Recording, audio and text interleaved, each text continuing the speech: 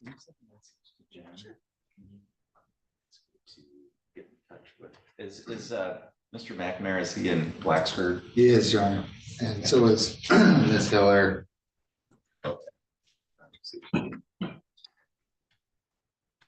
Mamera and Ms. Hiller. Thank you. Okay, do we have Ms. Zatlin? She is here, Your Honor. Ms. Zatlin, if you come up to the podium, please.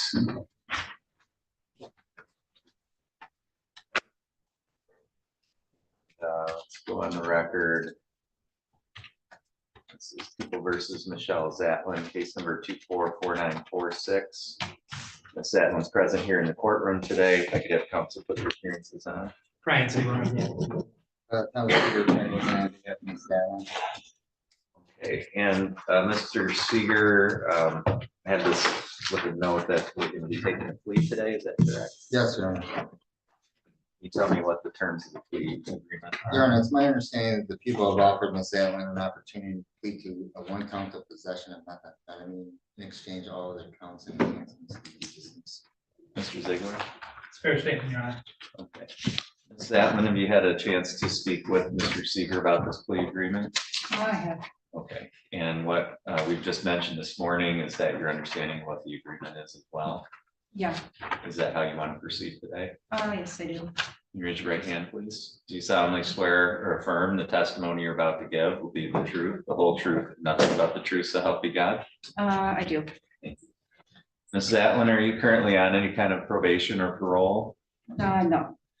And you understand that by pleading guilty to possession of methamphetamine, that's a felony that carries with it a maximum possible penalty of up to 10 years and or $15,000 fine? Yes. With that in mind, what is your plea to that charge today? I'm gonna go forward with the plea. Okay, you're pleading guilty to that charge? Yes. Okay. Right now you have certain rights. I'm going to go through those with you. You have the right to have a trial. You have the right to be tried by a jury. You have the right to be presumed innocent until proven guilty. You have the right to have the prosecutor prove beyond a reasonable doubt that you are guilty. You have the right to have any witnesses against you appear at trial and to question those witnesses.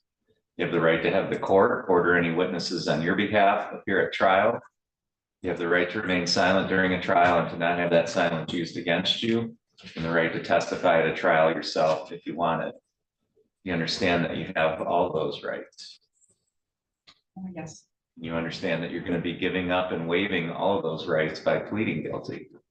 Yes. Okay. Also, you don't have an automatic right to appeal the plea that you're making here today. If you wanted to try to appeal it or get it reversed, you would have to ask for the Court of Appeals to hear your case. If they said no, then that would be the end of any appeal. You understand that? Yes.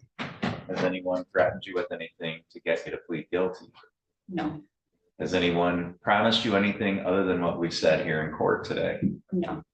Is it your own free choice to enter this plea? Yes. Are you pleading guilty because you are guilty? Yes. This happened on June 24th of this year, is that correct? I believe so. Okay. And on that date, were you here in Kalkaska County? Yes. And while you were here in Kalkaska County on that date, did you have possession of some methamphetamine? Yes. Did you know that that's what that substance was? I did. Did you have any legal right to have it at that time? No. All right. Mr. Ziegler, are the people satisfied with the factual basis? Yes, Your Honor. Mr. Seeger? Yes, Your Honor. Mr. Ziegler, are the people aware of any threats, promises, or inducements other than what's been placed on the record? No, Your Honor. Mr. Seeger? No, Your Honor. And Mr. Ziegler, are the people satisfied that the court has complied with statute and court rule in taking of this plea? Yes, Your Honor. Mr. Seeger? Yes, sir. Ms. Zatlin, the court finds that your plea is knowing, voluntary, and accurate. The court is satisfied that there is a factual basis to support a finding that you are guilty of this charge. The court will accept your guilty plea. Before you leave today, you're going to meet with Agent Barra from probation to set up a pre-sentence interview. And then we'll have a sentencing hearing set at a later date. You'll be notified of the date and time of that hearing. It's important that you stay in touch with Mr. Seeger so that you're prepared to go forward on that day, okay? Okay. Thank you.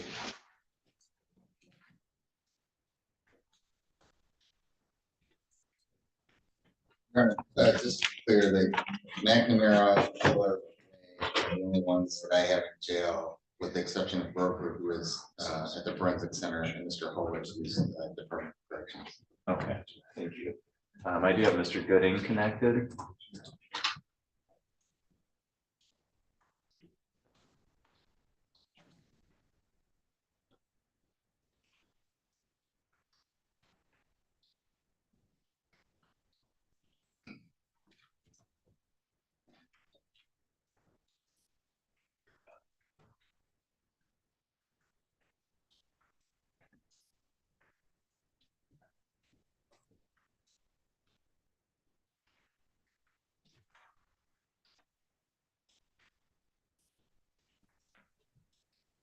All Hello. right, sir, is your name Dylan Gooding? Yes, sir. All right, we're on the record now in People versus Gooding, case number 244947. The record should reflect that Mr. Gooding is appearing today by video by prior approval of the court. And if I could have counsel put your appearances on in this file. Brian Ziegler on behalf of the people, Your Honor. Tom Seeger, appearing with on behalf of Mr. Gooding. Okay. Mr. Seeger, can you tell me the status of this file today? Your Honor, there have been active discussions relative to a proposed resolution. Currently, the people have offered Mr. Gooding an opportunity to plead to an instructing exchange. The resistant instructing charge would be dismissed. At this time, we're still contemplating whether or not we wish to accept that offer or if we're going to exact a different remedy. So we would just ask the court to consider giving us one final status conference.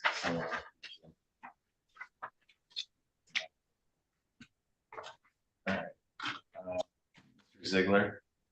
I have no objection to that, Your Honor. All right, this does appear to be Mr. Gooding's first appearance before the circuit court in this file. Mr. Gooding, were you able to hear everything that your attorney said? Yes, mostly, yeah. Okay, so the court's going to set this for hearing in about 30 days. Between now and then, Mr. Gooding, I'll need you to, discuss anything that you need to with Mr. Seeger, your lawyer. When we're back in 30 days, I'll need you to have made a decision about whether you want to accept any plea offers, and your decision on that day will be final, okay? Yes, sir. Okay. Mr. Ziegler, anything further that we need to address on this file today? No, Your Honor. Mr. Seeger? No, sir. Mr. Gooding, do you have any questions at all? No, I do not. Okay. Mr. Seeger, do you anticipate that you're going to be making a request to have Mr. Gooding appear by video? Yes, Your Honor. Yes. If there's no objection, Your Honor. Do you have any objection, Mr. Seeger? Given his location, Your Honor. Okay, so Mr. Gooding, the court will approve your appearance at that next hearing in 30 days by video as well, okay? Thank you. Okay, thank you. That's all, and you're free to disconnect at this time. All right, thank you.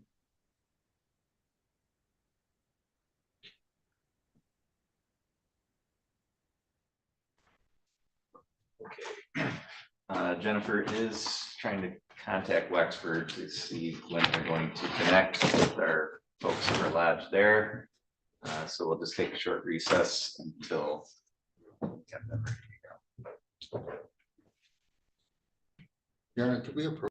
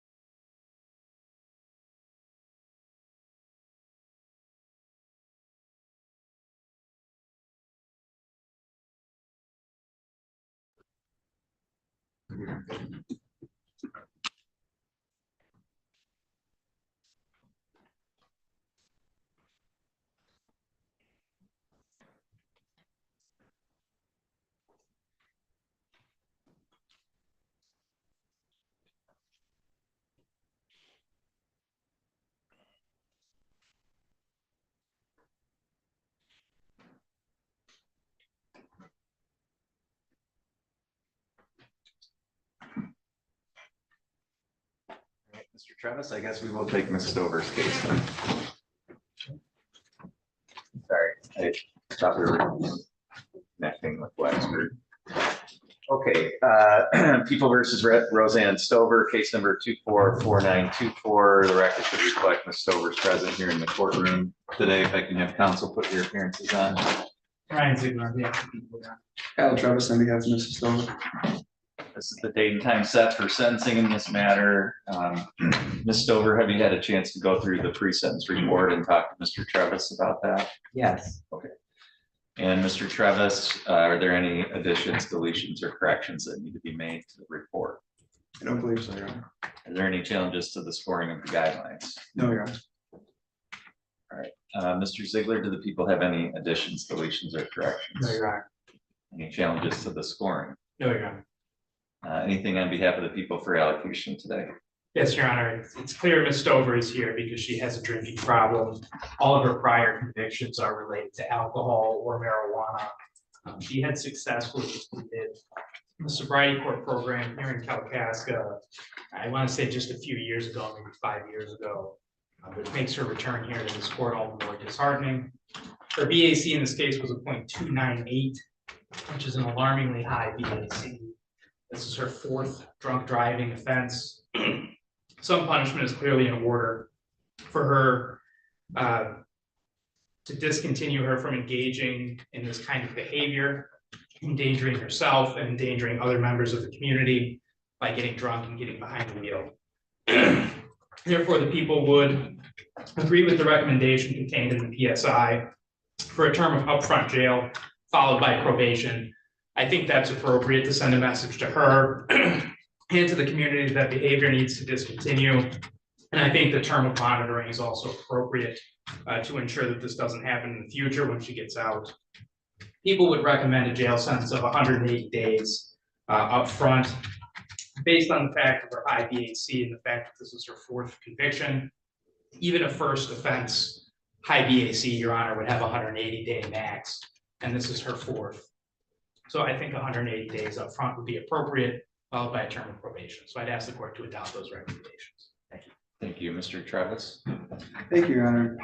Your Honor, I guess Ms. Stover is she had some hiccups on bond, but in general, but pretty committed to this. She's working, her employer's here in support of her along with her husband. She wanted to do sobriety court again. She was ineligible.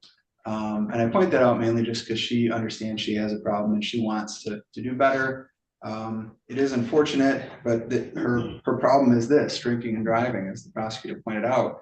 It's not as though she's generally out stealing or causing other problems. As she indicates and is indicated in the report, she did pretty well coming out of sobriety court. She made it for a few years. Unfortunately, she relapsed and fell back to drinking. I'm sure all of us would have liked her to reach out and use resources and try and get over that before she ended up here in front of the court on a drunk driving 3rd charge. But unfortunately, that's where she is. But she's done fairly well on bond. She's maintained employment, and she understands that she shouldn't be drinking and wants to do that. So I understand a substantial jail sentence is what's being asked for, and that a jail sentence is almost inevitably what Your Honor is going to do given the recommendations and the guidelines. She hasn't really done a lot of time in jail before, so any amount of jail, be it a month, 2 months, 3 months, 4 months, is going to be a lot of jail for her, and I think will send a message. So I would just ask the court to keep that in mind. Thank you. Thank you, Ms. Stover. Anything that you wanted to say today? no, sir. The only thing I'd like to say is just too bad I should have gotten treatment before this. Because to me, and this is just me, being locked up and not getting treatment inside a treatment center facility is not, I mean, it's sending you a message, but it's not helping get over it. You know, it's like anything else. I mean, it's like food. I mean, some people are addicted to food, but you don't get the help you need because they don't help you in jail. You know, you can't get out to go to a treatment center or anything. So that's all I got to say. Okay. All right, I did read through the report. I'm familiar with what happened in this case. I'm also familiar with your history and background. And I take all of that into consideration along with what the lawyers and yourself have had to say here today. You know, I think there are some indications that you'll do well on probation. You were able to successfully complete the sobriety court program. You know, the hope with that program, along with somebody remaining sober, is that if they do relapse, that they have some resources and understand how to get help for that before they get themselves into trouble and before they put other people in danger and the community in danger, which you certainly did in this case at a 0.29. That's an extremely high blood alcohol level for you to be operating a vehicle. And I think you're lucky, and we're all lucky that you didn't hurt or kill yourself or someone else that day. You know, you understand that you have a problem. It's up to you to get yourself treatment before you put other people in danger. You didn't do that. You also had some failures while you were on bond testing positive for alcohol. And so, you know, the court has attempted through the sobriety court program to go the treatment route. Unfortunately, that hasn't worked. And so now what we have is the punishment route, so that you understand that if you continue to do this and you don't get help for yourself, and really this is going to be your last chance for probation and jail time. After this, if you get another conviction, it'll be prison time. So you're running out of opportunities to get the help that you need, and it's your responsibility to do that when you know you have a problem. And after the court's already tried to use our resources to help you, now it's on you, and you need to do what you need to do to get that help once you're released from jail. As it is, again, it's your fourth conviction. You put people at danger. You had a high BAC. You tested positive for alcohol while on bond. There's absolutely no reason why the court should not sanction you to a jail term. The guidelines in this case are 0 to 9 months, because I think there are indications that you'll do well on probation. The court agrees with Mr. Ziegler's recommendation of 6 months in jail. So the court is going to sentence you to 6 months in the Kalkaska County Jail. You do have credit for 2 days served. The court is also going to place you on probation for a term of 18 months. The court's going to adopt as the conditions of the probation all the terms and conditions listed in the report. The court is going to order a crime victims assessment of $130, court costs of $325, a fine of $500, attorney fees of $350, and a $68 state cost. Mr. Griffer, I'm wondering about the DNA testing. She's probably already tested, hasn't she? I believe so here. Okay, so the court's not going to impose the DNA testing at this time. You have the ability to seek an appeal of this sentence, and Mr. Travis, if you could have this over acknowledge receipt.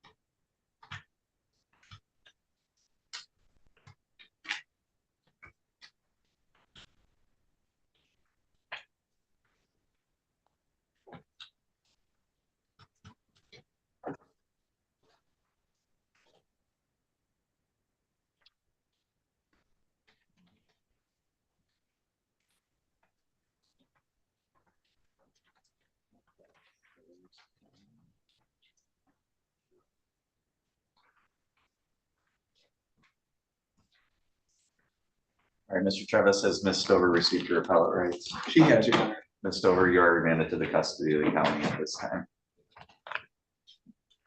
Ma'am, at Waxford County, are you Miss Hiller? Yes. Okay. We'll go on the record in People versus Jennifer Hiller, case number 244956. The record should reflect Miss Hiller's presence today by Zoom from Wexford County. If I can have counsel put your appearances on. Thomas Seeger, appearing on behalf of Ms. Hiller. Okay, Mr. Seeger, can you tell me the status of this file today? Your Honor, we have been working on a resolution. Unfortunately, Your Honor, there's been a complication in the file as much as there's a new charge. And so that matter is still pending, and so we're trying to work out a global resolution if it's possible. It's not, Your Honor, then we'll proceed forward and go to trial. All right, is that a felony file, the new one? It is, Your Honor. Has that been found over yet? It is not, Your Honor. Okay, so do you want to schedule this for a hearing? Are you gonna run a prelim on that, do you know? Are you the attorney? I'm asking a lot of questions. You are. It's difficult to know exactly what Ms. Hiller will wish to do. We did have a preliminary examination on this particular file. And so she may wish to have one on that as well. It will be somewhat dependent on what we do in terms of a potential global resolution, which Mr. Ziegler had extended an offer to me, which I had described to Ms. Hiller. And at this time, she's not inclined to accept it, but we'll continue to see if there's some alternate resolution that we may be able to reach. Do we want to set this for 30 days, 60 days? Your Honor, just to keep it on track, Your Honor, if we could just set it for 30 days and Okay. then and just for Ms. Hiller's benefit, Your Honor, to the extent that this file could be resolved, she's currently on parole. So all this is dead time. So I'm just trying to move her file along, absent us having a trial, at which point it will be set. So thanks.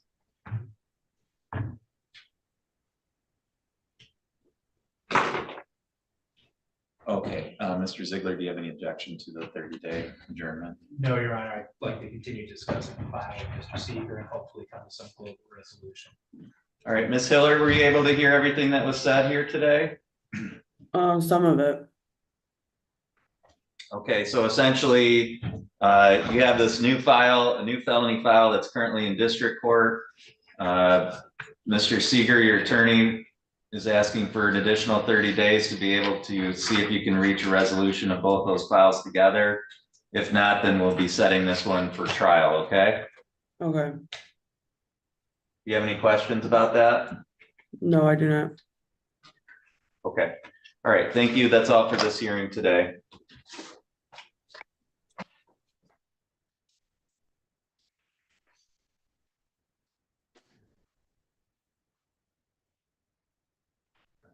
And they just disconnected. Your Honor, some of them are listed for later in the day, but if they can get Ms. Way and they can get Mr. McNamara. Mr. McNamara is just a request to set up for trial. And then Ms. Way theoretically may be a plea. Okay. Mr. Elhart, were you ready with Mr. Griffer? Your Honor, I'm ready, but Griffer had a motor vehicle breakdown on his way here. I'm advised by my office he's going to be about 10 minutes from now. All right, okay. All right, let's take a short recess and I'm gonna have Jennifer get in touch with Wexford to see if they'll reconnect.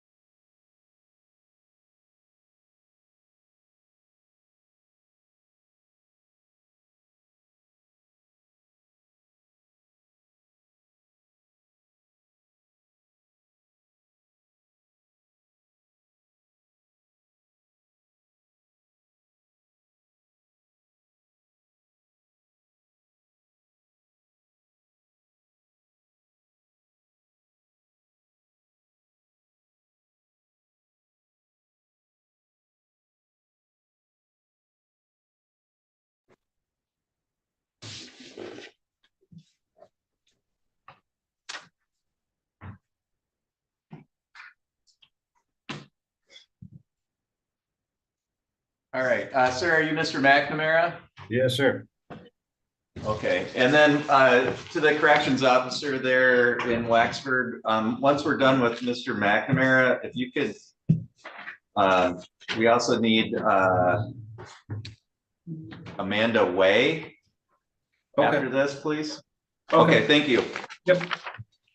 Don't close it. Just when you're done, just get up. First, thank you. Thank you, Miller. Okay, we're on the record now in People versus Clifford McNamara, case number 244932. The record should reflect Mr. McNamara is present today by video from Wexford County. If I could have counsel put your appearances on. Brian Ziegler, yeah, Your Honor. Thomas Seeger appearing with and on behalf of Mr. McNamara. Can you tell me the status of this case, Mr. Seeger? Your Honor, at this time, Mr. McNamara wishes to proceed to trial, and so I would just ask the matter to set the trial. Okay, Mr. Ziegler, how many, is there any particular period of time that you need to be ready for a trial in this case?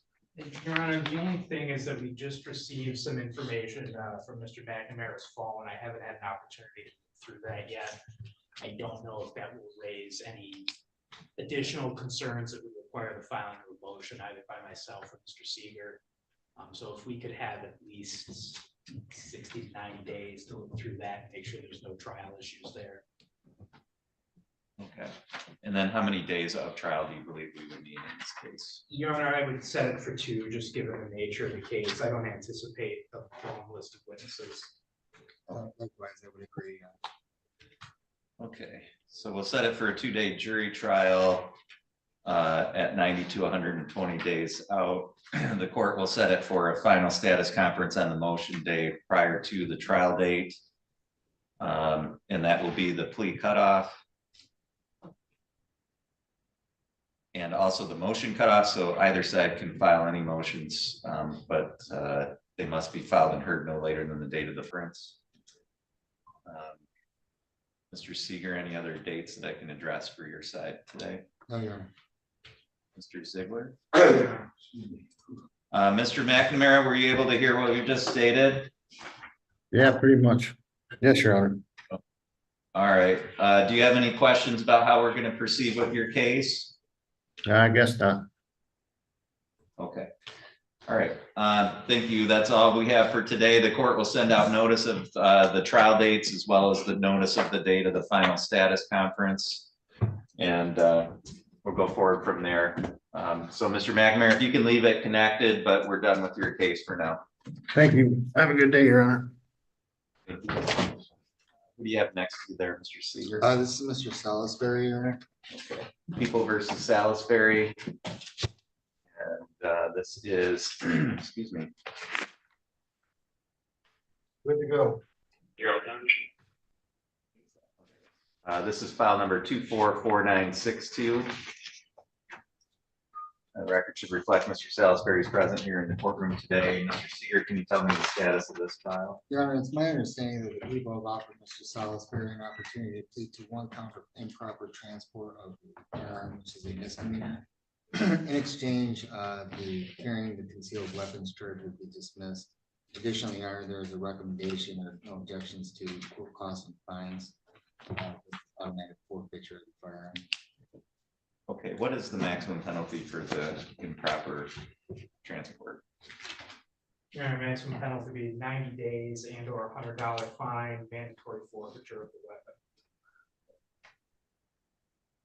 Is that a correct statement of the plea offer? Brian Ziegler on behalf of the people, it is, Your Honor. Okay. Mr. Salisbury, can I have you come up to the podium there, please? Yes, sir. And Mr. Salisbury, is that what you've discussed with Mr. Seeger? Yes, Your Honor. Is that how you want to proceed today? Yes, Your Honor. Okay. Can you raise your right hand, please? You solemnly swear or affirm the testimony you're about to give will be the truth, the whole truth, and nothing but the truth, so help you God? Yes, Your Honor. Thank you. You can lower your hand. Mr. Salisbury, you understand that the charge you're going to be pleading guilty to today is improper transport of a firearm that carries with it a maximum possible penalty of up to 90 days and or a $500 fine. Yes, Your Honor. With that in mind, what is your plea to that charge today? Guilty, Your Honor. By pleading guilty, you're going to be giving up the right to have a trial, the right to be tried by a jury, the right to be presumed innocent until proven guilty, the right to have the prosecutor prove beyond a reasonable doubt that you are guilty, the right to have any witnesses against you appear at trial and to question those witnesses, the right to have the court order any witnesses on your behalf appear at trial, the right to remain silent during a trial and to not have that silence used against you, and the right to testify at a trial yourself if you wanted. Do you understand that you're going to be giving up and waiving all of those rights by pleading guilty? Yes, Your Honor. Has anybody threatened you with anything to get you to plead guilty? No, Your Honor. Has anyone promised you anything other than what we've said here in court today? No, Your Honor. Is it your own free choice to plead guilty? Yes, Your Honor. And are you pleading guilty because you are guilty? Yes, Your Honor. Okay. Mr. Seeger, can you conduct some questioning of Mr. Salisbury to establish a factual basis? Sure. So Mr. Salisbury, on or about August 13th of 2024, were you in Kalkaska County? Yes, Your Honor. And on that date, did you have a firearm in your possession? Yes, sir. And that firearm was in your vehicle, is that correct? Yes, sir. All right, and you were improperly transporting it at that time, correct? Yes, sir. It was not cased, No, sir. all right, and it was not in the trunk, correct? No, sir. All right, and this occurred in Kalkaska County. Yes, sir. No further questions. Mr. Ziegler, are you satisfied with the factual basis? I am. Mr. Ziegler, are the people aware of any threats, promises, or inducements other than what's been placed on the record? Mr. Seeger? No, sir. Mr. Ziegler, are the people satisfied that the court has complied with statute and court rule in taking of this plea? Yes, Your Honor. Mr. Seeger? Yes, sir. Mr. Salisbury, the court finds that your plea is knowing, voluntary, and accurate. The court is satisfied there's a factual basis to support a finding that you are guilty of the misdemeanor. The court will accept your guilty plea. And have you had a chance to talk to Mr. Seeger about sentencing in this case? Yes, sir. Yes, Your Okay. Honor. And do you have any objection to proceeding with sentencing right here today? No, Your Honor. Mr. Ziegler, do you, or, yeah. I have no objection, Your Honor. Okay. Mr. Ziegler, anything on behalf of the people for allocution? Your Honor, we get a lot of these carrying concealed weapons cases, and oftentimes, as it is in this case, it's a young person who's just not familiar with the rules regarding transporting firearms, particularly pistols. I often reduce the CCW charges to this offense because I think it's a more appropriate penalty for someone who just, it's their first offense and they don't really understand the law. So I objection in this case to court costs and fines and mandatory forfeiture of the weapon or device. I think that's an appropriate penalty for Mr. Salisbury, and hopefully he's learned his lesson in this case, that this won't be a repeat occurrence. Thank you. Mr. Seeger? Your Honor, likewise, I would just ask the court to limit this matter to court costs and fines. And Mr. Ziegler's right. There are a lot of cases where probably in most instances, it's younger people who are just not aware of how to transport a firearm properly. And if there's any malicious intent or anything of that nature. And so I think that it would be appropriate, at least in this case, to give him a benefit of just court costs and fines, and he does lose the firearm. Thank you. Mr. Salisbury, anything that you wanted to say? No, Your Honor. Okay.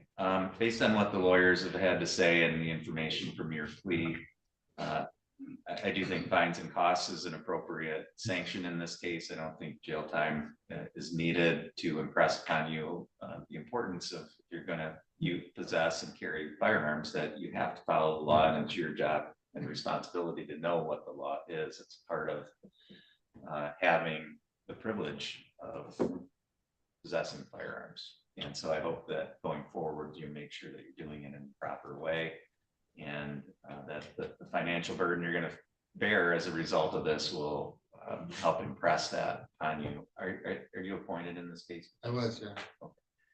So the court is going to sentence you to fines and costs. That would be court costs of $325, attorney fee of $350, state cost of $50, $75 crime victims assessment, and a $100 fine.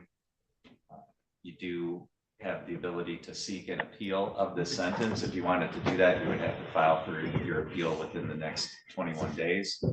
If you had more questions about that, Mr. Seeger would be able to help you, help explain that process to you.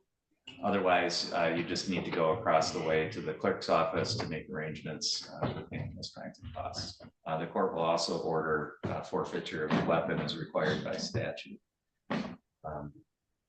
Mr. Seeger, anything further? No, Your Honor. Mr. Ziegler, do you have the PAC code for the misdemeanor I do, charge? Your Honor. 750.227 D is in dog. Thank you. Thank you. Good luck to you going forward, Mr. Salisbury. Thank you, Your Honor. And is your name Amanda Way? Yes, Okay. Go on the record in People versus Amanda Way, case number 244958. The record should reflect that Ms. Way is appearing today by video from Wexford County. I'd like to have counsel put your appearances on. Ryan Ziegler, yeah. Your Honor. Tennessee, you're with on behalf of Ms. Way. Mr. Seeger, can you tell me the status of this file today? Your Honor, in speaking with Ms. Way, originally, well, first, the prosecuting attorney had offered possession of methamphetamine. It was dismissed count 3 and individual offender notice. When I spoke to Ms. Way last week, she was hopeful that the prosecuting attorney would offer her something more favorable at this time. The prosecuting attorney is not inclined to offer her something different. So it's just a question of whether or not Ms. Way wishes to accept a plea to possession of methamphetamine, or if she wishes to pass the matter, or if she wishes to proceed to trial. But that is the final offer currently. Okay, Mr. Ziegler, is that a correct statement of the final offer? It is, Your Honor. She could plead to count 1, possession of meth, count 2, and the individual offender notice will be dismissed. All right, Ms. Way, do you know how you'd like to proceed today? I guess we can, I'll plead guilty to that today. All right, can you raise your right hand, please? You solemnly swear or affirm the testimony you're about to give will be the truth, the whole truth, and nothing but the truth, so help you God? Yes, Thank you. You can lower your hand. Ms. Way, are you currently on any kind of probation or parole? no, All right, you understand that by pleading guilty to 1 count of possession of methamphetamine, that is a felony that carries with it a maximum possible penalty of up to 10 years and or a $15,000 fine. yes, With that in mind, what is your plea to that charge today? guilty, Right now, you have certain rights. I'm going to go through those with you. You have the right to have a trial. You have the right to be tried by a jury. You have the right to be presumed innocent until proven guilty. You have the right to have the prosecutor prove beyond a reasonable doubt that you are guilty. You have the right to have any witnesses against you appear at trial and to question those witnesses. You have the right to have the court order any witnesses on your behalf appear at trial. You have the right to remain silent during a trial and to not have that silence used against you. And the right to testify at a trial yourself if you wanted. Do you understand all those rights? I do, yeah, And you understand that you're giving up and waiving all of those rights by pleading guilty. yes, Also, you don't have an automatic right to appeal the plea that you're making here today. If you wanted to try to appeal it, you would have to ask the Court of Appeals to hear your case. They could say no, and then that would be the end of any appeal. Do you understand that? I do, yep, Has anyone threatened you with anything to get you to plead guilty? no, Has anyone promised you anything other than what we've said here on the record today? no, Is it your own free choice to enter this plea? yes, Are you pleading guilty because you are guilty? yes, All right, this happened back on March 2nd of this year, is that correct? yeah, On that day, were you here in Kalkaska County? yep, And while you were here in Kalkaska County, did you have possession of some methamphetamine? yes, Did you know that that's what that substance was? yes, Did you have any legal right to have any amount of that at that time? no, Mr. Ziegler, are the people satisfied with the factual basis? Yes, Your Honor. Mr. Seeger? Yes, sir. Mr. Ziegler, are the people aware of any threats, promises, or inducements other than what's been placed on record? No, Your Honor. Mr. Seeger? Yes, sir. Mr. Ziegler, are the people satisfied that the court has complied with statute and court rule in the taking of this plea? Yes, Your Honor. Mr. Seeger? Yes, Your Honor. Ms. Way, the court finds that your plea is knowing, voluntary, and accurate. The court is satisfied that there is a factual basis to support a finding that you are guilty of this charge. The court will accept your guilty plea. We'll set this for a sentencing hearing between now and then. Someone from probation department will be in touch with you for a pre-sentence report. Okay, And then you'll have an opportunity to go through that with Mr. Seeger. okay. Mr. Ziegler, anything further on this case today? No, Your Honor. Mr. Seeger? No, sir. Okay, thank you, Ms. Way. That's all for today. Thank you.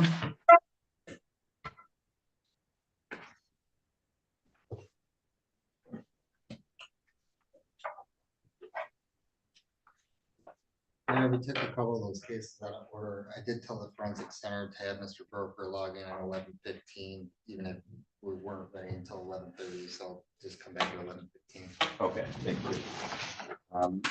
People versus Justin Griffer. Is Mr. Griffer present? Mr. Griffer is still not present. I did receive an indication from my office that he'd be a half an hour late. That was, he was scheduled at 9:30. That would put him at 10 o'clock. It's now 10:15. I have no explanation other than that. Okay.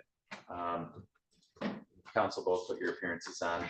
Ryan Ziegler on behalf of the people, Your Honor. Your Honor, my name is Craig W. Elher. I appeared to him at Mr. Griffer. Thank you.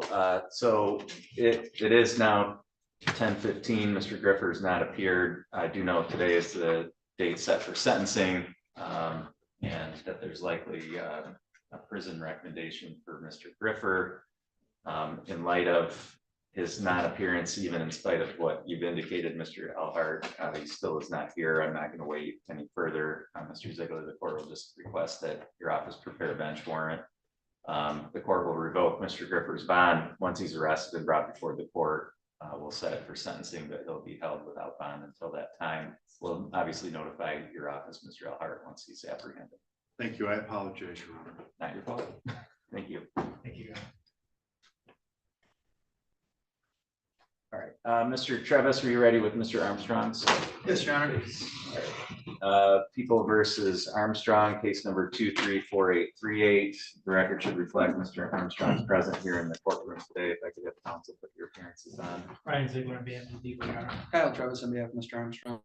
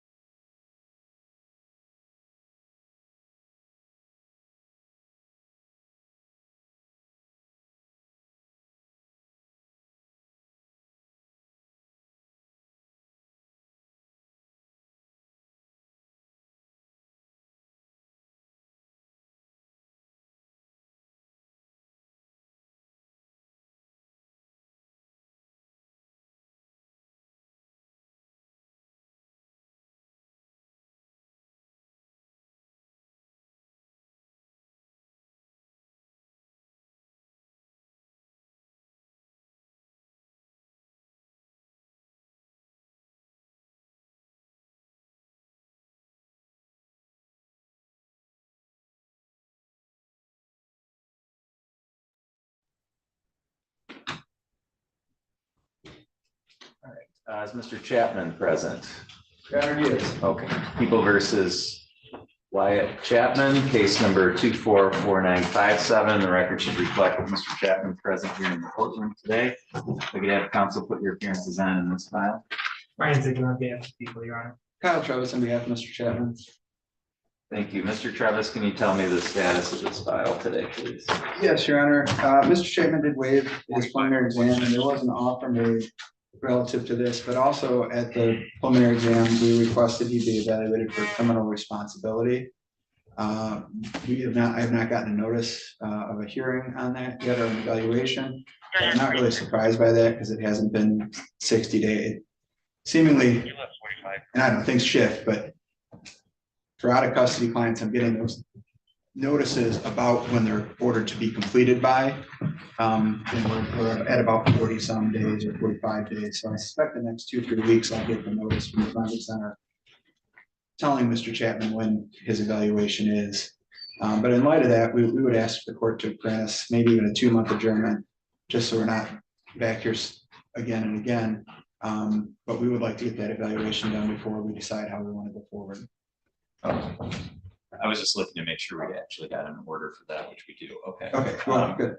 Mr. Ziegler, any objection to that? No, Your Honor, I think that's appropriate. Yeah, I would agree as well.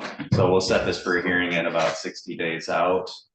Mr. Chapman, it's important. I'm sure Mr. Travis has told you, but you need to make sure you follow up with any communications from the forensic center for that evaluation. That's all for today. Thank you. Thank you.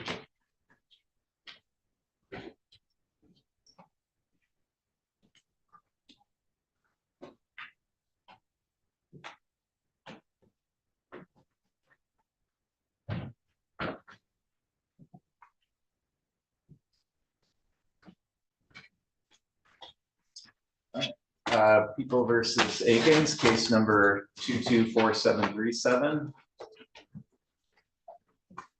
And the record should reflect Mr. Akins is present here in the courtroom today. If I could have counsel put your appearances on. Ryan Ziegler on behalf of the Your Honor. Kyle Travis with Mr. Akins. It's largely his situation now. All right. So we're here today, I think, to discharge Mr. Akins from probation. Is that correct? Successful completion of sobriety reports, my understanding. And to reduce his charge from an OWI 3rd to an OWI 2nd. Mr. Ziegler, anything on behalf of the people today? Your Honor, Mr. Eakins came into the sobriety core program. He did have some stumbles initially, and I had some concerns about his successful completion of the program. But I'm glad to say that Mr. Eakins proved me wrong on that. He righted the ship, he turned things around. He's managed to successfully complete the program following those initial hiccups. He did quite well in the program.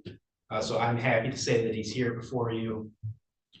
Clean, sober, graduate of the program, and well deserving of the reduction from the OWI 3rd to the OWI 2nd. So I would ask the court to do that today. Thank you, Mr. Travis. Your Honor, it's about as good as can be said. He's successfully completed the program. I believe I was involved in one of the hiccups that got resolved without a charge or anything, but it still was a problem. It was somewhat concerning. But we're a year and a half from that. Thank you. And he's here successful. Jenkins, anything that you wanted to say today? Just that, back when I was 18 and was on with you, it's like, I really felt that I wasn't treated fairly, but now I really understand the whole big picture of it. And I'd like to thank you for really kicking me off before, because you guys knew that I was going to end up here again, and I wouldn't have had this opportunity to turn my life around at this point when it was more important. All right. Obviously, I remember you. I remember when you first started coming into court, and you definitely had a different attitude back then. Yeah, absolutely. And when Agent Barrett brought me the successful discharge this morning, I saw your name and I remembered you very distinctly, and I was really, really happy to be able to sign that successful discharge.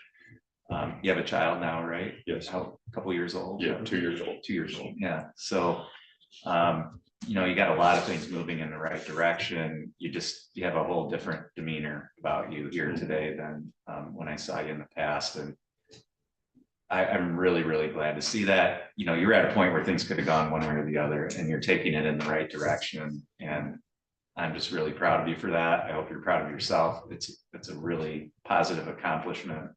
I hope it's something that gives you confidence going forward when you do have stumbles. You know, okay, I can do this, and I'm going to get back on the right road and stay on the right road. I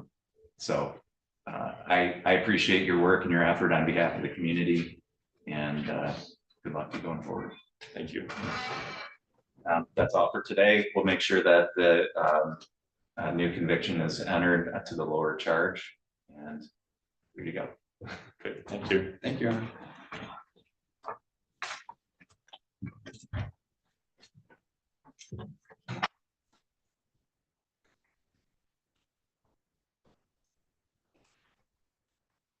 Is Mr. Hiddle present? Yes, Your Honor. Okay. People versus Hiddle, case number 234859. The record should reflect Mr. Hiddle is present here in the courtroom today.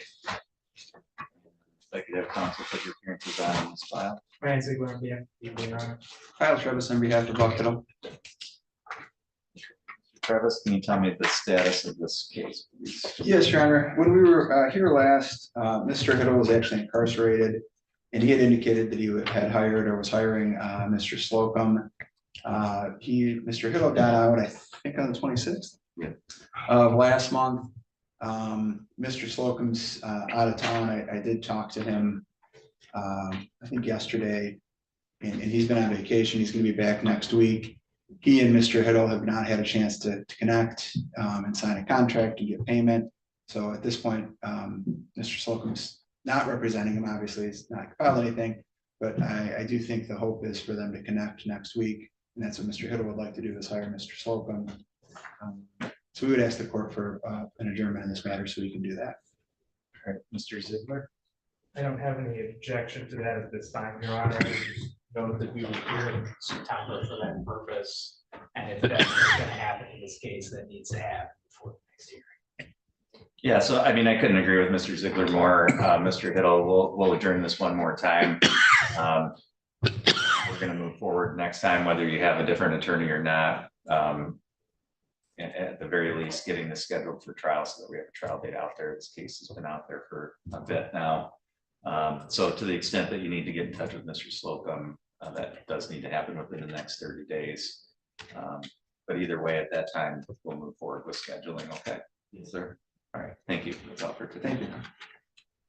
Yeah, I've got Mr. Stickney up. If I have just a minute to talk to him before that. Yes.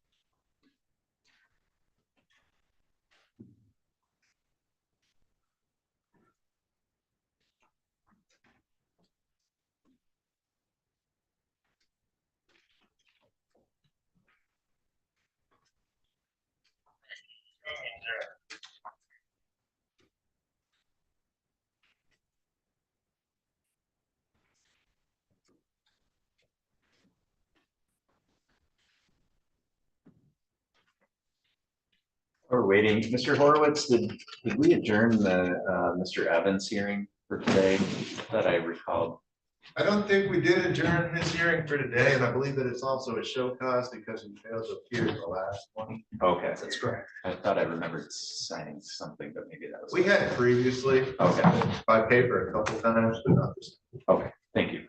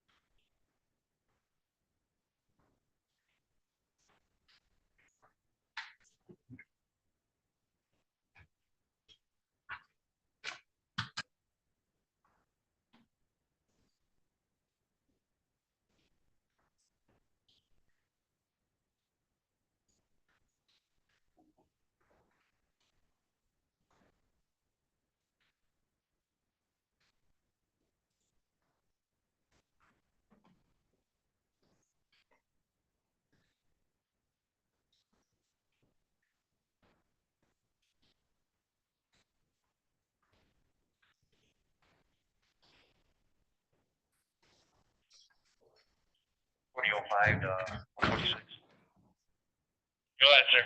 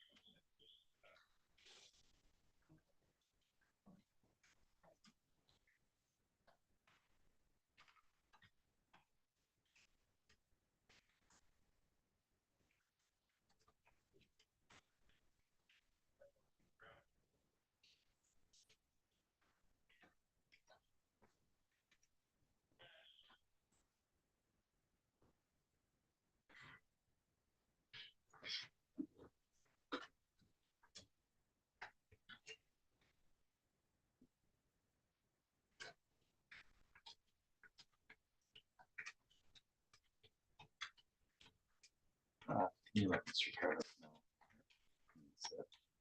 Go forward with this case. He's coming out right now.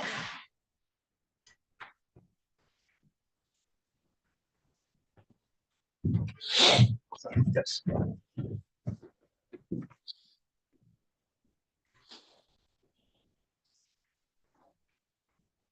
You want it? Yes.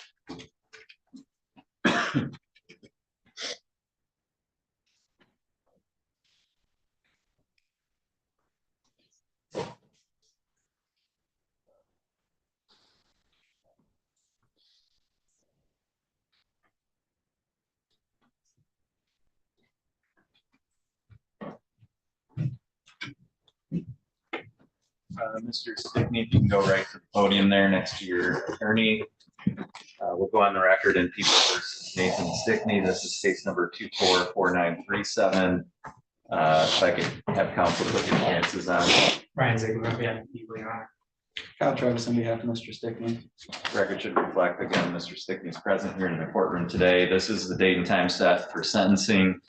Mr. Stickney, did you have a chance to go through the pre-sentence report and talk to Mr. Travis about that?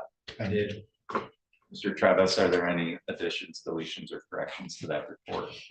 No, Your Honor, Are there any challenges to the scoring of the guidelines? there are not. Mr. Ziegler, do the people have any additions, deletions, or corrections? No, Your Honor. Any challenges to the scoring? Do you have any victims that wish to address the court today? Your Honor, the victim Raymond Jensen would like his wife and the mother of the defendant, Loretta, to speak on his behalf. Okay, thank you. Mr. Travis, if you and your client can be seated at council table. And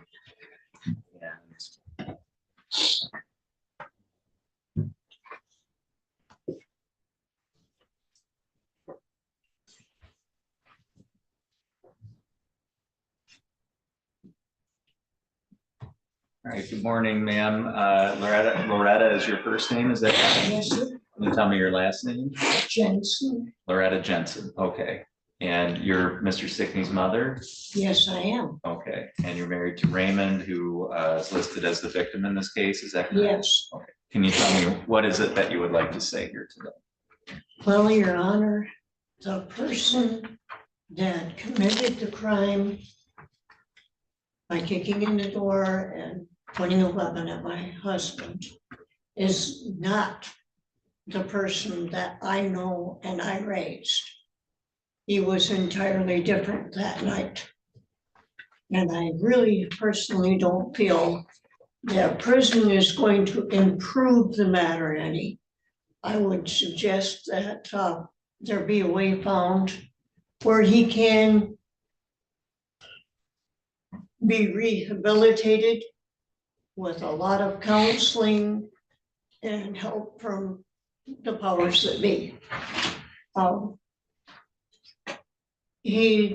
When he's normal, which is sober and working, he's entirely different than that person that I saw. He's calm, he's fun-loving, caring, but that one I saw that night is not who I know. that was a total stranger. And it frankly scared the hell out of me, pardon the court.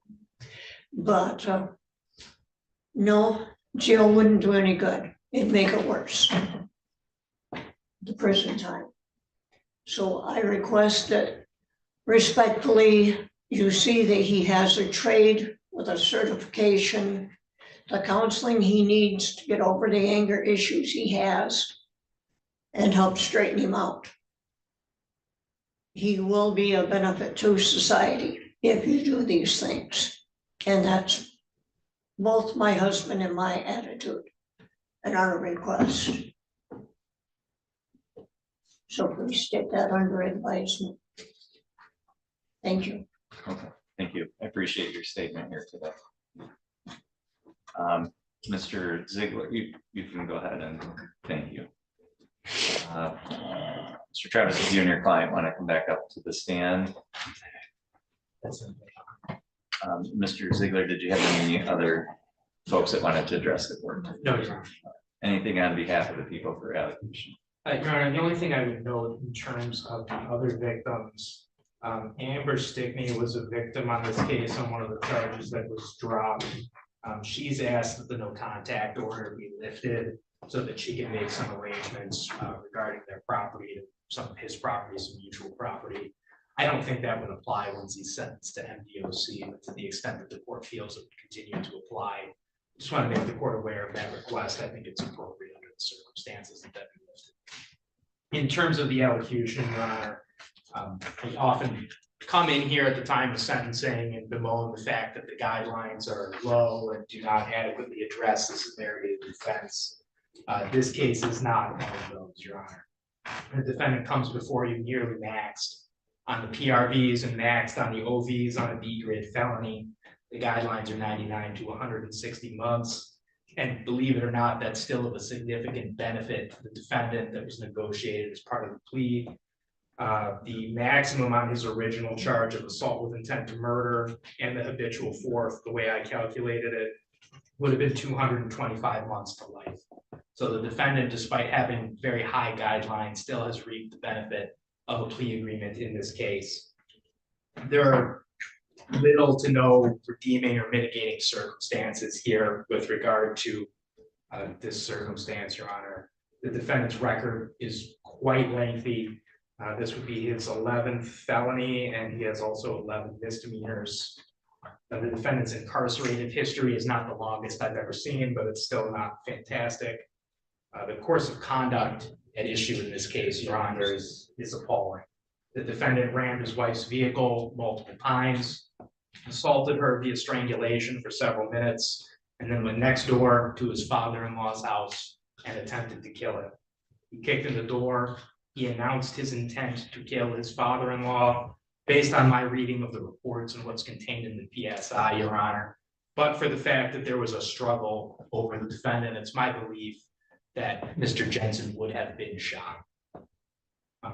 That course of conduct resulted in 9 felony charges and a habitual fourth offender notice. There's simply no justifying or mitigating that type of behavior, Your Honor. It's totally unwarranted. It resulted in injury to 2 people, and the defendant is very fortunate that no one was killed or no one was more seriously injured as a result of his behavior that evening. The guidelines are 99 to 160. They're higher than I've seen on a case in quite some time, but they're totally warranted given the facts and circumstances of this case.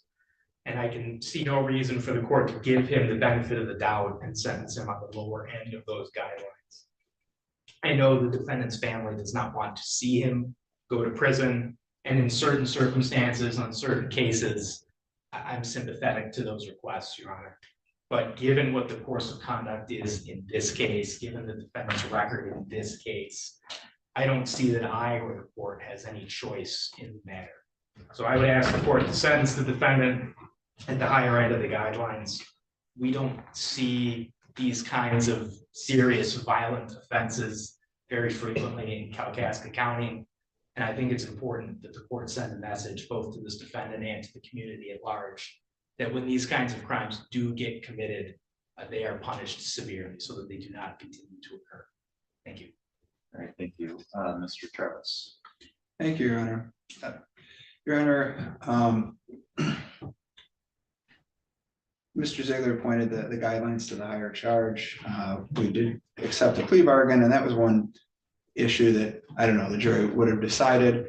It's alluded to in the report, I think at 2 different points. One point makes it quite clear that Mr. Stickney, when he discharged the firearm, he was outside of the house and that was in the air, not in a person. So I would argue that obviously that would be for the jury to decide with the assault with intent to murder. He never tried to actually fire the gun at his stepfather. I would contend from reading the report, he had that opportunity but didn't do it after, granted, a struggle ensued, but he could have fired off the gun. Now that's not the largest issue here, but I think it's a distinction because he did, as bad as the situation was, he did even in that instant calm down and basically abandon whatever attempt he was trying to do or whatever he was trying to do, which is, it doesn't minimize everything, but I think it is an important distinction. He never fired that gun at anybody. He obviously committed the crimes that he pled to. Obviously, this was a very bad situation. The guidelines are high, but I want to point that out, that by all accounts, he didn't try and shoot anybody specifically. Now, there may have been statements that he was going to. Obviously, he came into a house with a gun. There's a reason he pled to these things, but when the rubber met the road, this wasn't a firing and a missing type. It wasn't just fate and luck that his stepfather is here with us today. And I think that's important, particularly if we're going to take into account the guidelines of the attempted murder when thinking about this. I would also note, I think it's not an aberration just out of family love that the victim in this case and his family members are supportive of him. I've represented a lot of folks in Kalkaska County charged with very concerning types of crimes and very concerning types of situations. And what I've pointed out to Mr. Ziegler and I've noted time and time again, almost every person I've dealt with in a situation like Mr. Stickney is still just dripping with rage as they're in the jail. Nathan has never been angry at anyone about this. He's always been remorseful and understanding that he made a mistake and that this shouldn't have happened. Even when he comes and he talks to the police shortly thereafter in the interview, he doesn't completely agree with what everybody says, but he basically tells them exactly what happened. And he's reasonable, and he's not a bouncing ball of rage. And I can't express to the court how different that is than pretty much every other person accused of something highly violent like this I've ever represented. Some of them, by the time they get to this point, are relaxed and reasonable, but I never got that from Mr. Stickney at all. And then I even go back and watch the videos. He wasn't even that way right after this happened. So I think to his mother's point, we do have someone who was taken to not being who they are normally when they did this. It doesn't excuse it, but he is not a ball of rage. He is rational, he is reasonable, he understands he shouldn't have done this, he is remorseful, and he's been that way the whole time. And sadly, Your Honor, that's something of an aberration for a crime this serious, for people I've dealt with. And I can't stress enough how, as much as this is not going to be great, how encouraging that is to me for Mr. Stickney and his future. So he's got things he wants to do. He's got family. He understands this is not going to be good, but he's looking to the future. And I truly think, having talked with him a number of times and dealt with him, that this was not who he is. This was something he regrets. And I would ask the court to take into account that the victims don't want him sent away for as long as the court can. As bad as it was, ultimately, nobody got seriously hurt. And the folks who are the victims of this want him to just get help. And he does have family out there that he's very hopeful to get back and be a good part of and be a good member of our community. His record doesn't look good. Many of those were failure to register situations. I mean, his record seems by numbers atrocious, but when you really get into it, as Mr. Ziegler indicated, it doesn't really have this massive history of incarceration or or this endless road. And he was for a long time in this community, a reliable mechanic that people liked and thought well of, and was, I know people were sad to see him taken out of his job and then as a good mechanic in the community. Not that that means that your honor, should really do anything less, but he was doing very well, being a good member of society for the past couple of years. Thank you, Your Honor. All right, thank you. Mr. Stickney, anything you wanted to say today? Yeah, just a few things. I'd like to apologize to my mother, stepfather, wife, and all those else involved in the incident that night. And sorry for my actions and the way I acted.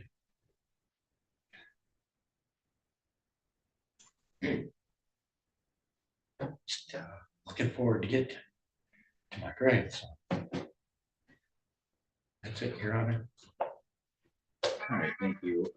Mr. Stickney, I did read through the report in this case, so I'm familiar with the facts of what happened through the information in that report. The report also has a lot of information about you and your background and history and so forth, which I did review as well. And I take all of that information into account. Ms. Jensen, I appreciate your comments here today on behalf of yourself and your husband. And I certainly can empathize with you as a parent. I think family members always have a different view of individuals because they've seen them in all kinds of different contexts throughout their life. And I can appreciate that you see much more in Mr. Stickney than what just happened in this particular incident. And I certainly do take your comments and your point of view into account, as well as what the lawyers have had to say. And, there's a couple of things that stand out to me. Number one, Mr. Stickney, you do have a significant past history of convictions between your juvenile and adult history. You've been on probation 8 times. You've had a number of different jail sentences. I agree with counsel. A lot of those have been, technical failures to comply with reporting, but there certainly are some assaultive crimes in your history. And you certainly have had many opportunities through probation and lesser sanctions to correct your behavior and to figure out what's appropriate and what's not appropriate. And none of those things have worked up until now. And your record is what it is. And I say that because it tells me something about the indications of what we can expect going forward. And in terms of rehabilitation, there have already been a lot of efforts at that over the course of your life. And that, in addition to the dangerousness of the conduct that you engaged in this circumstance, and the fact that you got to the point where you were in a position to be able to kill someone, indicate to me that rehabilitation has to take a back seat in this case. And what needs to happen is the court needs to look more at the protection of the community, the safety of the community. And I agree with Mr. Ziegler's statements regarding deterrent effect, that this is conduct that just can't be tolerated in anybody, regardless of their history or circumstances. And the court has an interest in making people in the community aware that this kind of conduct is going to be dealt with in a very serious way and that there are serious consequences to it. And in particular, for someone like yourself, who's had a number of opportunities at rehabilitation along the way, and it hasn't happened.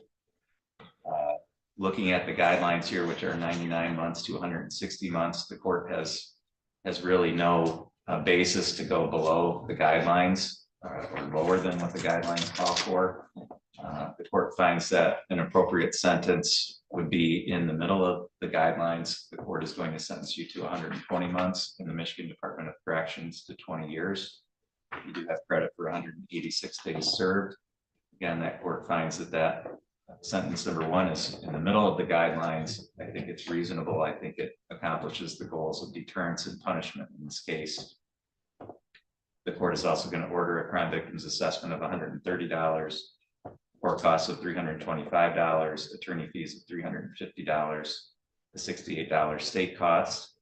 The court is also going to lift any no contact orders that are currently in place. Given the statements of the family here today, I don't believe that those are necessary or appropriate at this point.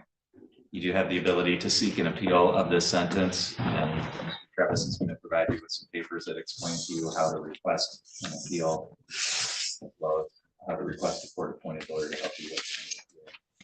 Travis, you can provide those to Mr. Stickney, please.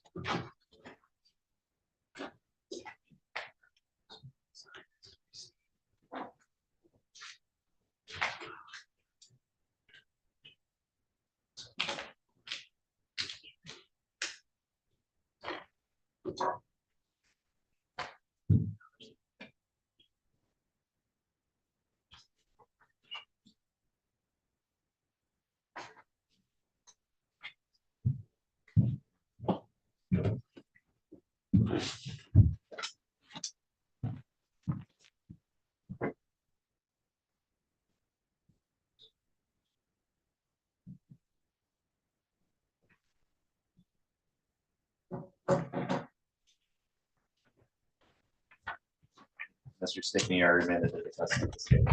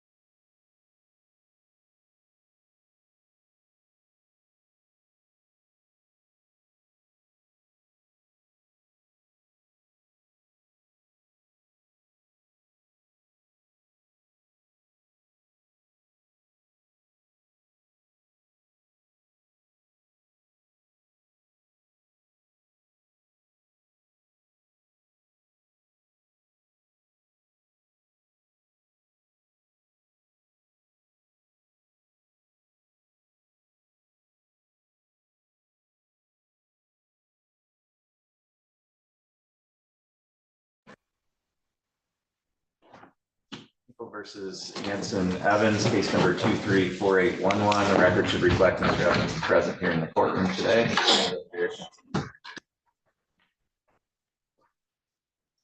Good morning, Your Honor. We've got a few matters kind of on today with this one case. One is just the normal hearing, and the second is show cause for non-appearance at the last hearing. Regarding the show cause, Mr. Evans didn't receive notice of the last hearing because of mail issues. He's updated his mailing address with the court. He's maintained contact with me throughout, would have been here if he knew. And honestly, had I told him to be here, he would have been here. So we'd have support just to accept his appearance today. It's satisfactory on that front. All right, as to that, the court will dismiss the show cause. I do have, it does appear that Mr. Evans did not receive mail.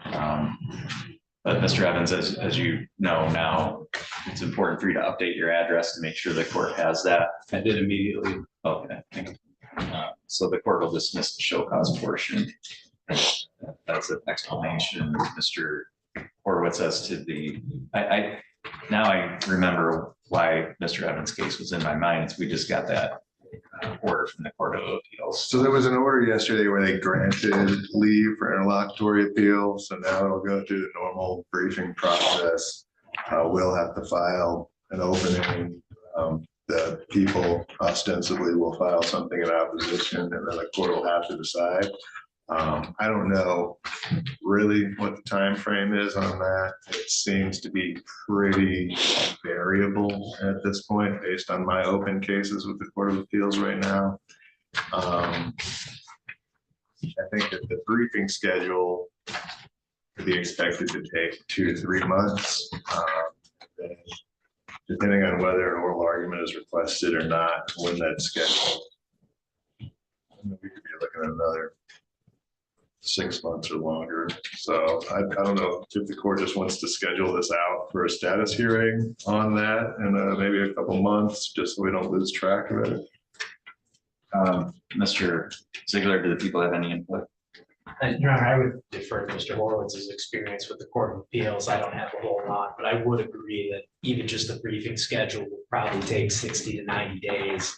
So I would ask the court to set it out at least that long. I don't see the need for us to continue to appear here every 30 days when we know what's going on in the Court of Appeals. Yeah, okay. All right, I'm gonna set this out 120 days. And let's see where we're at that point. If the court receives notice from the Court of Appeals one way or the other, the court will just set it for a hearing sooner than that, but otherwise it'll be 120 days. Thank you. Mr. Evans, do you have any questions about how we're going to proceed? Okay. All right. Just make sure that you stay in touch with Mr. Horowitz, and of course, make sure you update the court with any changes in information. Okay. Sure. All right. Thank you. That's all for today.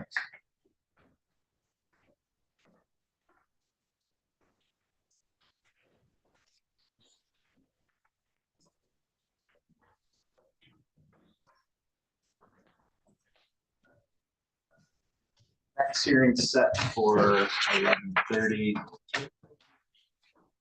The People versus Stevens case was adjourned. Stipulation earlier. Yeah, next case is at 11:30. Will be.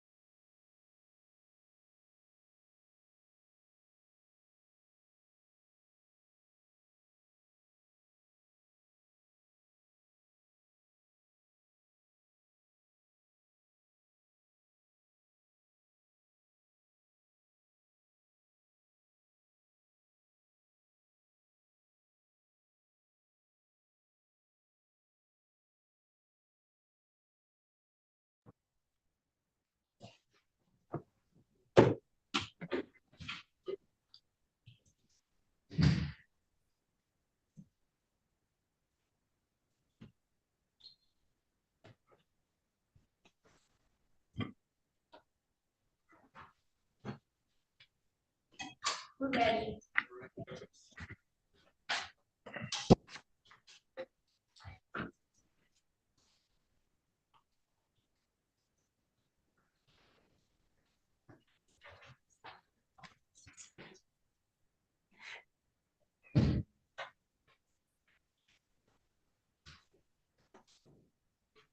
Hi there. Do we have Mr. Broker present?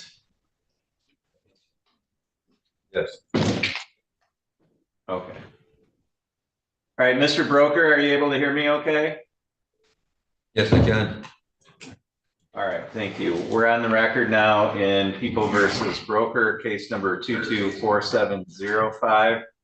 The record should reflect that Mr. Broker is present today by video from the Forensic Center. And if council can put your appearances on. Thomas Sigerson with on behalf of Mr. Broker. Thank you. We're on the record here today. Mr. Broker was previously found not competent. He was remanded to the Forensic Center for treatment. The court is in receipt of a report from the Forensic Center in which their examination concludes that with treatment, Mr. Broker has regained competency. Mr. Seeger, is that something you've had an opportunity to discuss with your client? I did, Your Honor. And so, Your Honor, I would stipulate to the findings of the Forensic Center and just ask the court find him competent. Okay, Mr. Ziegler. I would likewise stipulate to the report, Your Honor. All right, I've had an opportunity to review that report. I would like to admit that as Court Exhibit 1 in this case. And I find, based on the information contained in that report and the lack of any other objection from either counsel, that Mr. Broker is now competent to proceed with his case. That finding having been made, Mr. Seeger, have you had an opportunity to discuss how you want to proceed with this case? Yeah, yes, Your Honor. Your Honor, I did have an opportunity to speak with Mr. Broker. Mr. Broker had indicated that he wished to resolve his file. My understanding was that he could plead to one count of attempted resisting, obstructing, in exchange, resisting, obstructing the felony would be dismissed. It's further my understanding that he has exceeded, or at least it's my reason to believe that he's exceeded the amount of time that the court could impose under this version of a plea. And so, Mr. Broker, can you hear me? Yes, I can. So, Mr. Broker, my concern for you is that if you enter into a plea, arguably, if the judge were able to sentence you today, that you would not have a way to come back to Kalkaska County. Do you understand that? That is true. Oh, wait, All right. I could get a ride. I got a family member. All right. Well, if you have, or in the alternative, Mr. Broker, I could ask for a sentencing date at a later date, provided that you agree that you're going to appear on whatever date that is. No, I would like to resolve this today. I can have my mom come pick me up. She visited me here. She'd be here today. She can be here today. Okay. Well, if she's going to be there today, then I guess we could take care of that, and I don't have to worry about where you're at.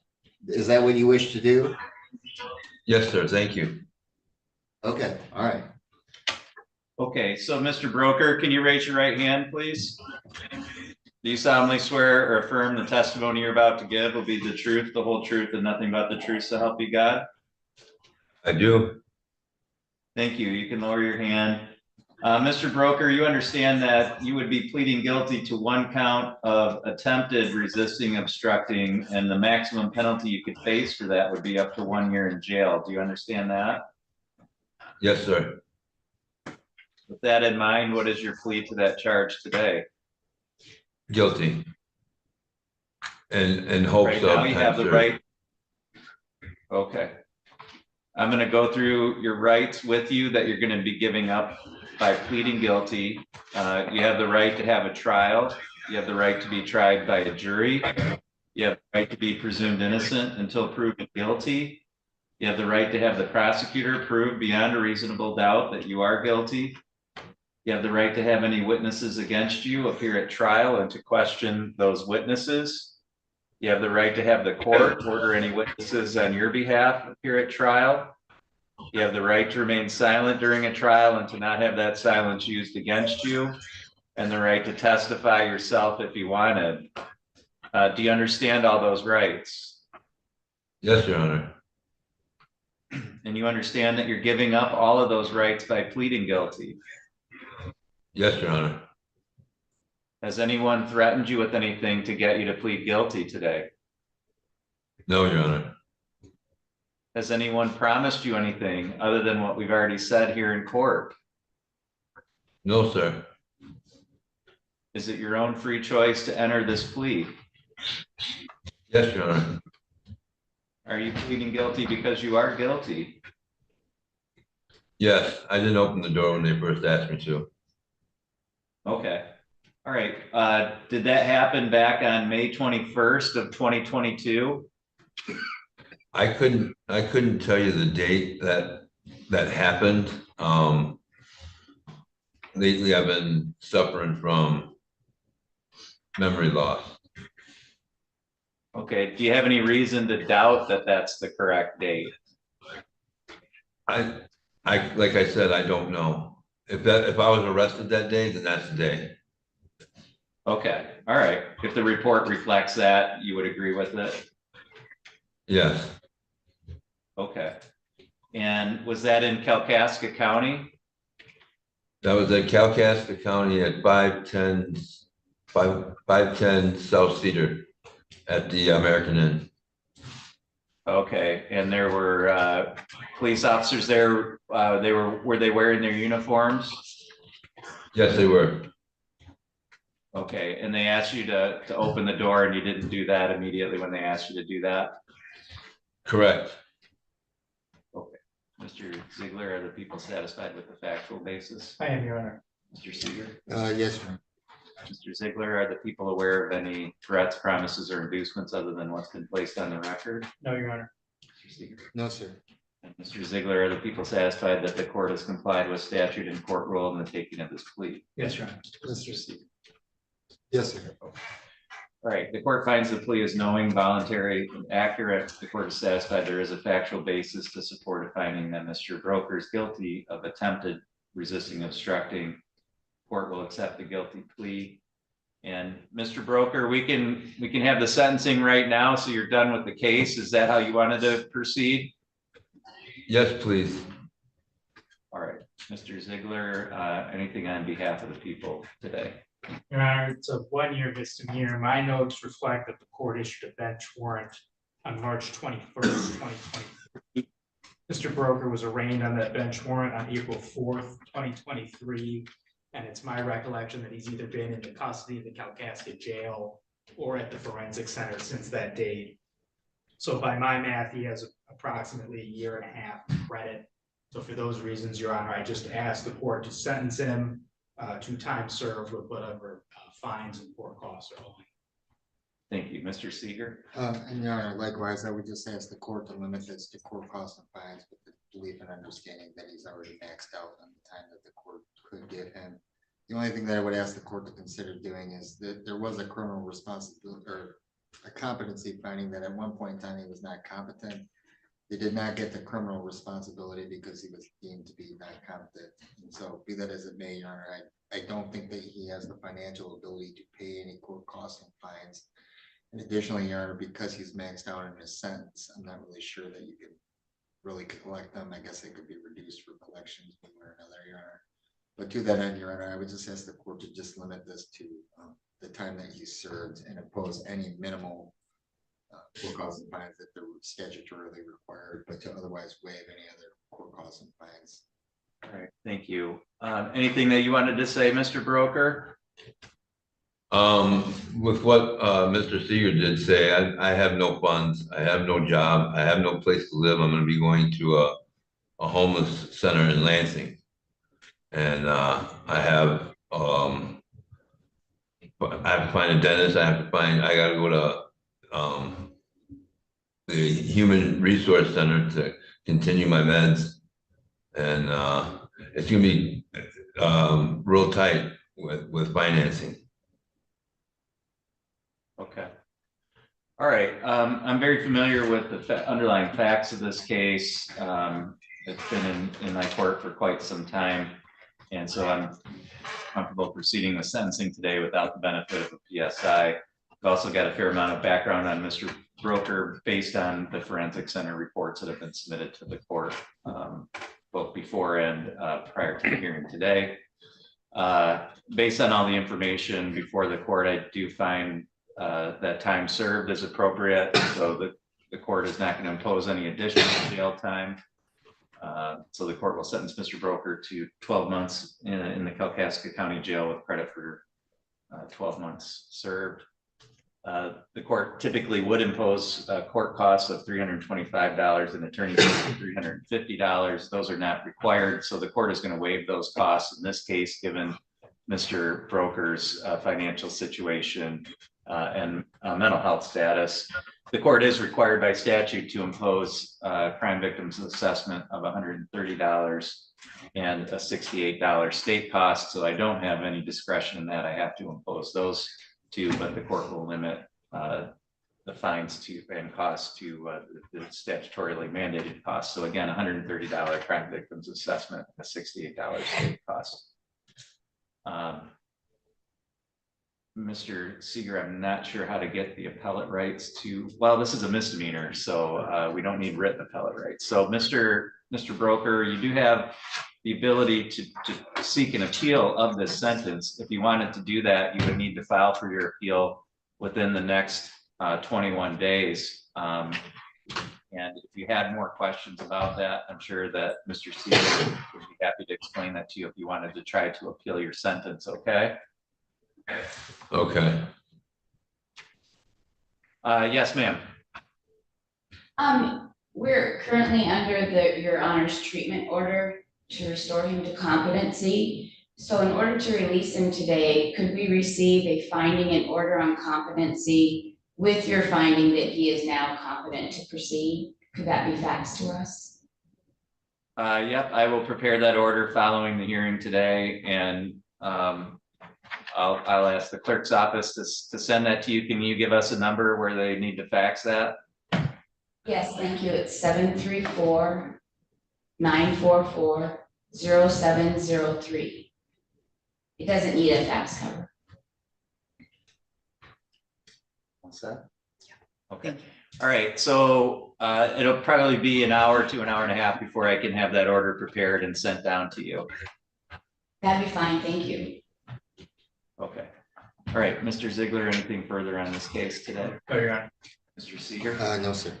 Is there, I'm sorry, is there a PAP code or is it just count one within A? Yeah. This day. Okay, thank you. Okay, thank you, Mr. Broker. That's all. Your case is now concluded. Good luck to you going forward, sir. Thank you. So,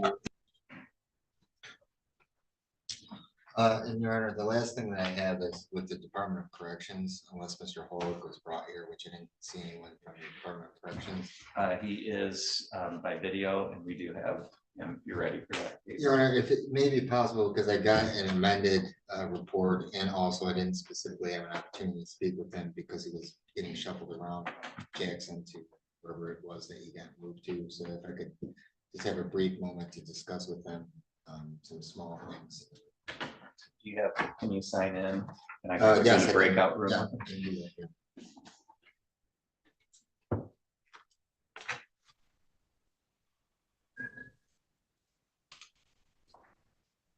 All right. Mr. Holwick, are you able to hear me okay? Yeah, but I can't see anything. The screen went black. Okay. That's got to be something on your end, because from my side here, it shows your camera's on. So I don't know if there's a different setting on the camera from your side. Okay, she warned me it might go black, but now it did. I don't know why. Your attorney, Mr. Seeger, wants to speak with you before we start the hearing. So I'm going to put you in a breakout room so you can have a private conversation with him before we go forward with your case. Okay. Okay.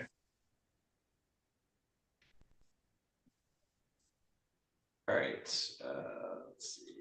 Mr. Seeger, I'm going to open up that breakout room right now. Thank you, Your Honor.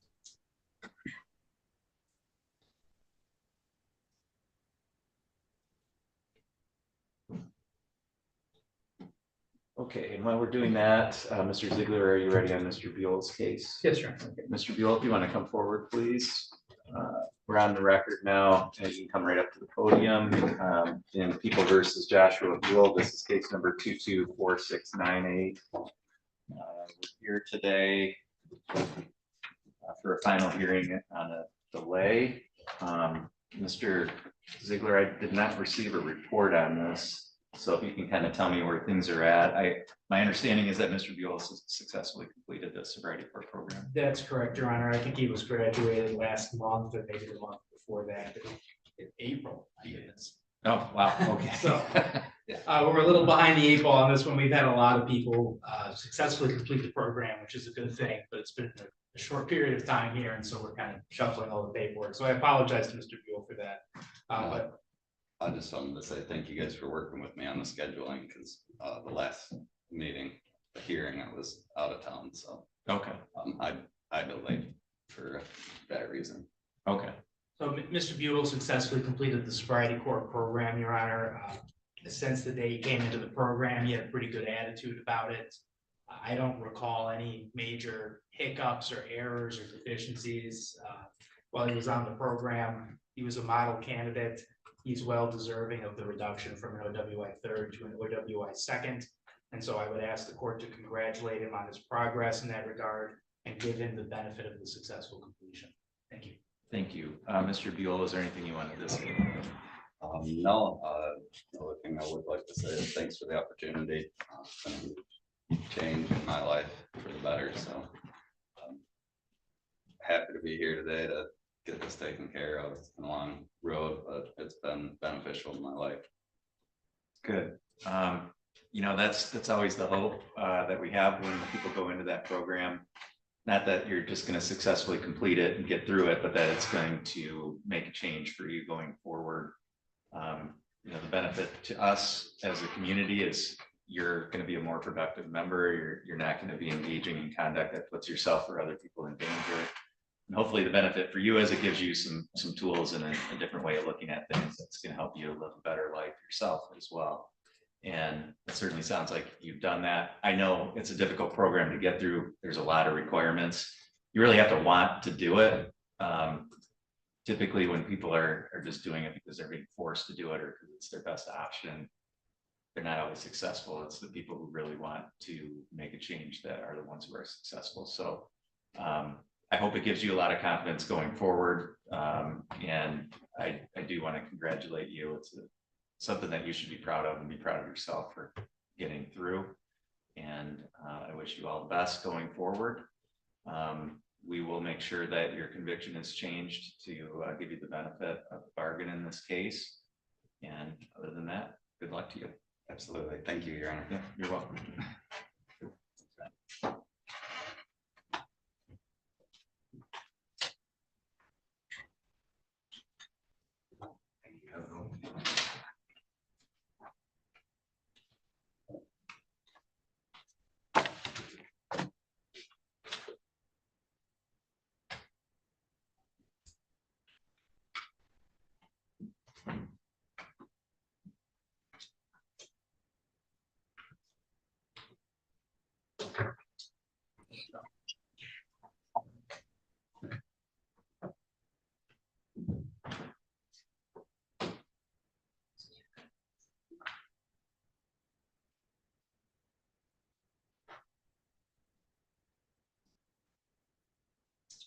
All set.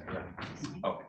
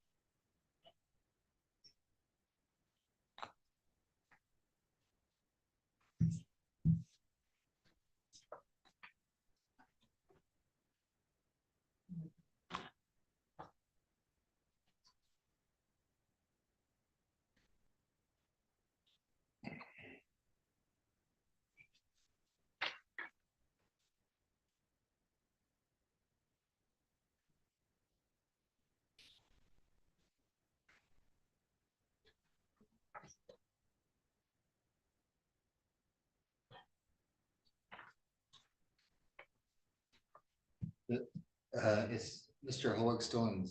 It's reconnecting it. Oh, Just a minute here. All right, Mr. Holwick, are you able to hear me okay? Yes.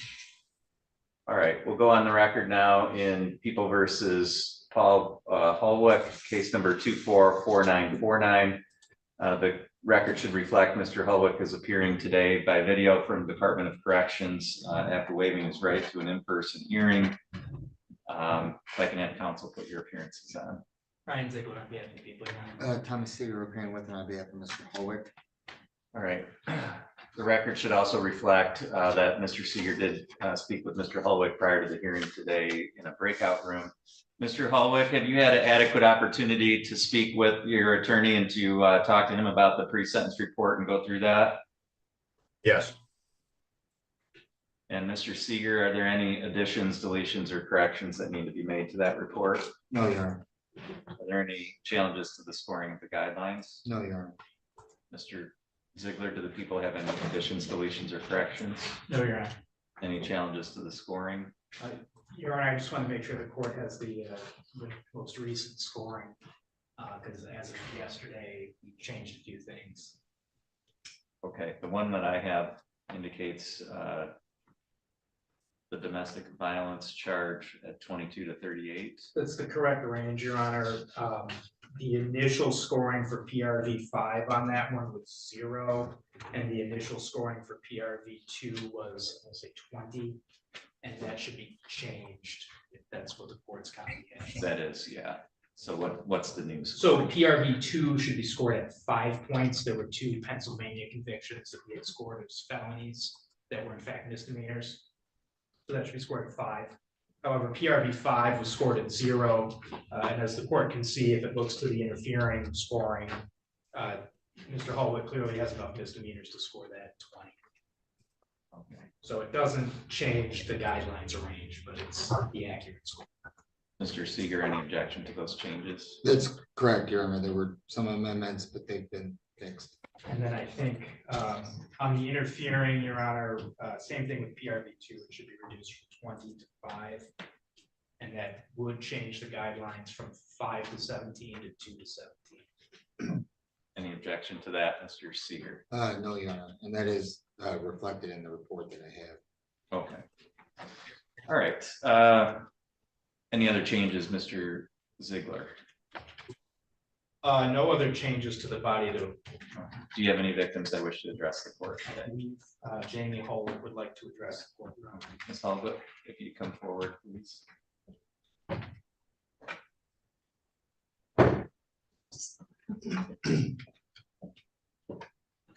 I'm going to come right to that podium. And can you just spell your first name for us for the record?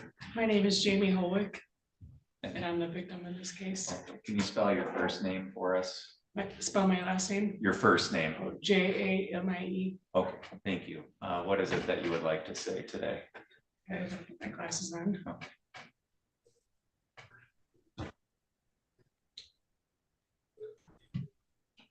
Okay. Paul Holwick is a good person. He's very beneficial, contributing, and valuable member of society. He is a master carpenter, an excellent maintenance man, and a great mechanic. He has helped a lot of people on the side projects. Paul could easily fill the courtroom with people he's helped in the community. Paul is an ordained minister, and he attended church. He was very dedicated to fixing the horrible roads in my subdivision, which are privately owned. Paul is very dedicated to helping other people, and he has a heart of gold. Paul suffers from complex PTSD caused from severe trauma stemming from his childhood.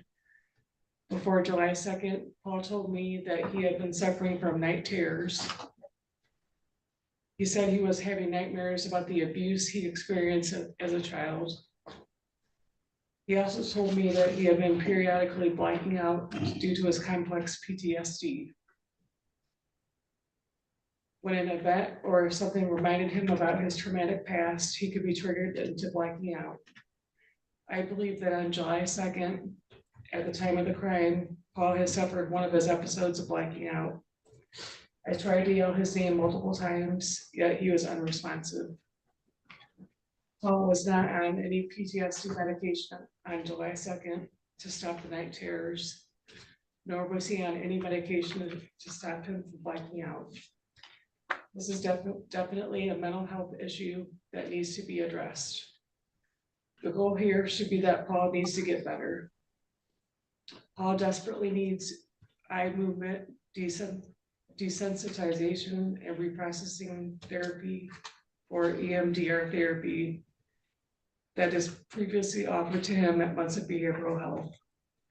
The therapy involves moving your eyes a specific way while you process traumatic memories. The goal is to help you heal from the trauma. Paul has been very eager to receive this treatment. Your Honor, I am asking that you have mercy for Paul and I and drop the no contact order that currently exists between us. I miss Paul a lot. I think about him all the time, every day. I love Paul with all my heart and soul. I have never loved anyone as much as I love Paul. Paul is the only person who has ever been there for me when I needed someone. Paul has been a really good husband to me, and he has been an excellent provider. I would like to continue my relationship with Paul. I would like to reunite with Paul when he gets out of prison. I would like to communicate with him by letters, phone calls, and I would like to be able to visit Paul when he's in prison. I would like to be able to talk about and work on our relationship while he's in prison, so that when he gets out of prison, Paul will have an easier transition coming back home. I am currently in counseling myself to better cope with my own mental health, to better myself. I just want my husband back. And Paul and I have plans to spend the rest of our lives together. In Your Honor, I am pleading for your mercy on Paul Holwick today. And I recommend a minimum sentence of 12 months so that Paul can have access to the EMDR therapy that he desperately needs when he gets out of prison. That's all I have to say. Thank you. I appreciate that.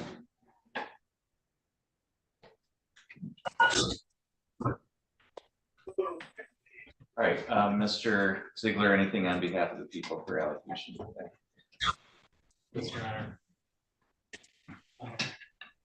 Well, I appreciate the victim's statements here today, and certainly she knows Mr. Holwick a lot better than I do. I have a different picture of Mr. Holwick just by virtue of looking at the information contained in the pre-sentence investigative report. Mr. Holwick has a lengthy criminal history, and that criminal history is replete with assaultive crimes.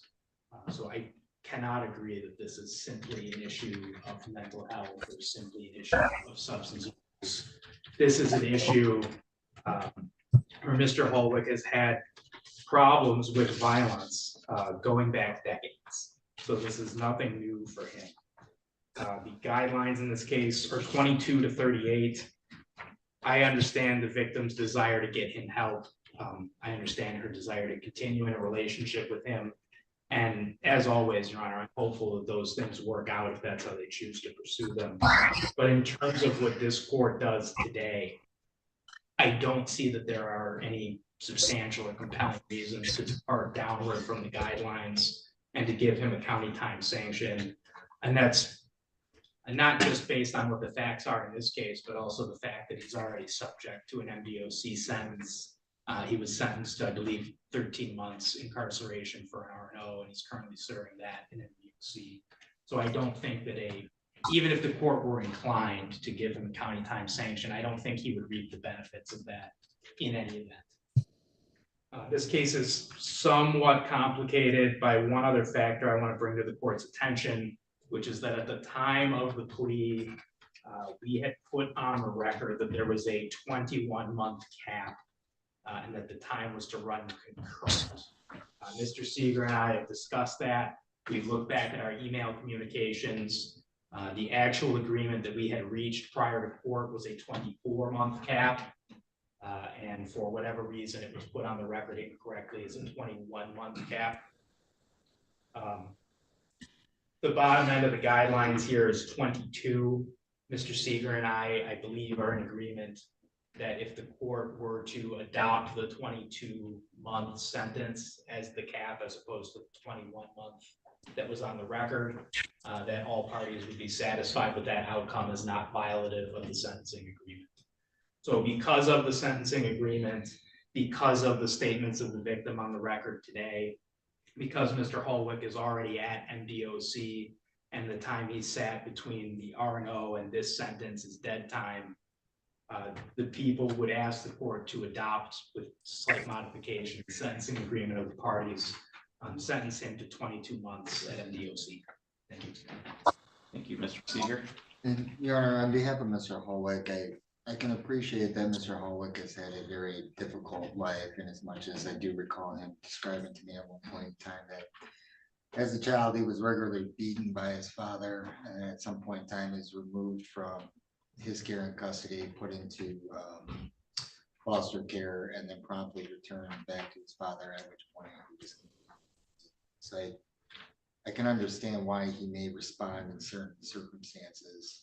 I'm not justifying them in any way, but I can understand why he may resort to being somewhat physical at certain times, having been a victim of abuse at one point in his life. And I think that he would probably benefit by getting into counseling, much the same as anyone else, especially people who are victims themselves. That's not an excuse for their actions, but it definitely going forward would be beneficial to him to engage in that type of programming to better help him, especially given that the complaining witness has indicated that she wishes to continue a relationship with him, is likely to continue a relationship with him. I can't say that the court wouldn't be within its means to give him a sentence of 22 months to the extent that the court honors the sentencing agreement or the amended sentencing agreement. But I would disagree with the prosecuting attorney in terms of what the court is required to do. The sentencing guidelines, as the court is aware, are advisory in nature. It does not require substantial and compelling reasons. That was the former law. It's now been amended by Lockridge, which the court is familiar. I don't suggest to understand what the right sentence is, Your Honor, but I would say that I do find it important for us to at least to give a great amount of weight to the wishes and wants of the complaining witnesses in any one particular case. And that's primarily because, as a matter of public policy, Your Honor, if we don't give a decent amount of weight to the complaining witnesses' wishes, it probably creates a situation where people are not likely to report certain items or are not willing to testify about certain items when push comes to shove, no pun intended. Especially in this case, because they are married, relationships are difficult. I would like to think that people can have bad moments in the relationship, and maybe there is a detriment or a punishment for those things. But as time goes by, hopefully time is able to heal some of the wounds that have been made. Hopefully they can work towards rehabilitating the relationship. But I think one of the only ways that they're going to do that is Mr. Holwick gets into some kind of treatment situation. The prosecuting attorney has agreed, the court has agreed to run the sentences concurrent to each other. I think there was a sentencing component where we had agreed to a 21-month cap, which I would agree, or stipulate to a 22 cap, but that is only represents a cap. And I know that ordinarily the court would not depart downward from the sentencing guidelines, and I do recognize that the court generally will still adhere to the guidelines despite Lockridge, but maybe in this particular limited circumstance, because the witness is wishing that he get treatment, that the court give a little bit more deference to her thoughts as opposed to what the prosecuting attorney's thoughts are. His guidelines are the way they are based on his prior criminal history. That's why he finds his guidelines as being so high. But on the other hand, Your Honor, the complaining witness is asking for a more lenient sentence, which my interpretation of Lockridge, maybe it's erroneous, Your Honor, is that previously when the sentencing guidelines required substantial and compelling reasons, Lockridge kind of somewhat made it easier for the courts to not require or be required to have substantial and compelling reasons to depart down if they thought it was appropriate. In this particular instance, witness wants him to get into treatment. Mr. Holwick has indicated that he wishes to get into treatment. They're going to continue their relationship. I just assume that they have the mechanisms to cope with some of the things that they need to deal with going forward, recognizing that she has mental health issues that she wishes to address, which are part of this case, but also Mr. Holwick needs to work on his own, what I perceive to be trauma-related things that he needs to work on. He needs to work on having better coping mechanisms. So if there's a problem in the relationship, it doesn't downward spiral into something that's physical. I would prefer that he just walk away if there's a disagreement. But having those coping mechanisms would certainly help. I can't give Mr. Holwick a pass for what he's done, and he's not deserving of a pass for what he's done.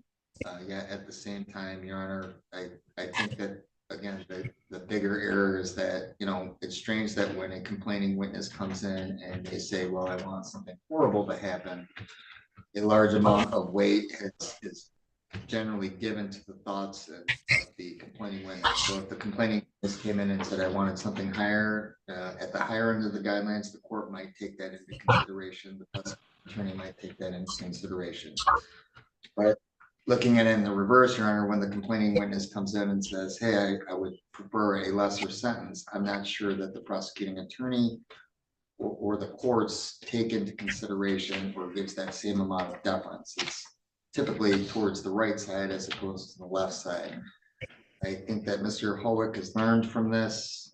He's incarcerated.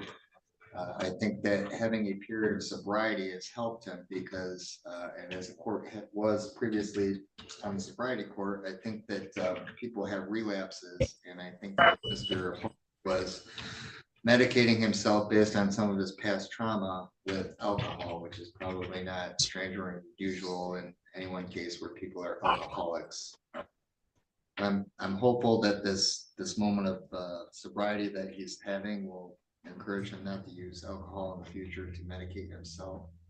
I'm hopeful that he'll get into some kind of treatment that will allow him to address some of his deficiencies in his relationships. I'm hopeful that the two will be able to continue to work together to work towards whatever problems it is that they have in relationships. And I think we can all agree that being in a relationship is not always easy. The great majority of us probably don't resort to some kind of criminal act, so that is probably the distinguishment. But I think that we can all agree that we have made poor choices sometime wherein we have learned from that, and we continue to try and learn from it, and we try and go forward. And so Mr. Holwick's just asking for a sentence at the maximum 22 months, but would ask the court to consider giving a lesser sentence with the knowledge that he's already incarcerated at the Department of Corrections. Once he's released, he's going to be on parole, so he's going to be supervised.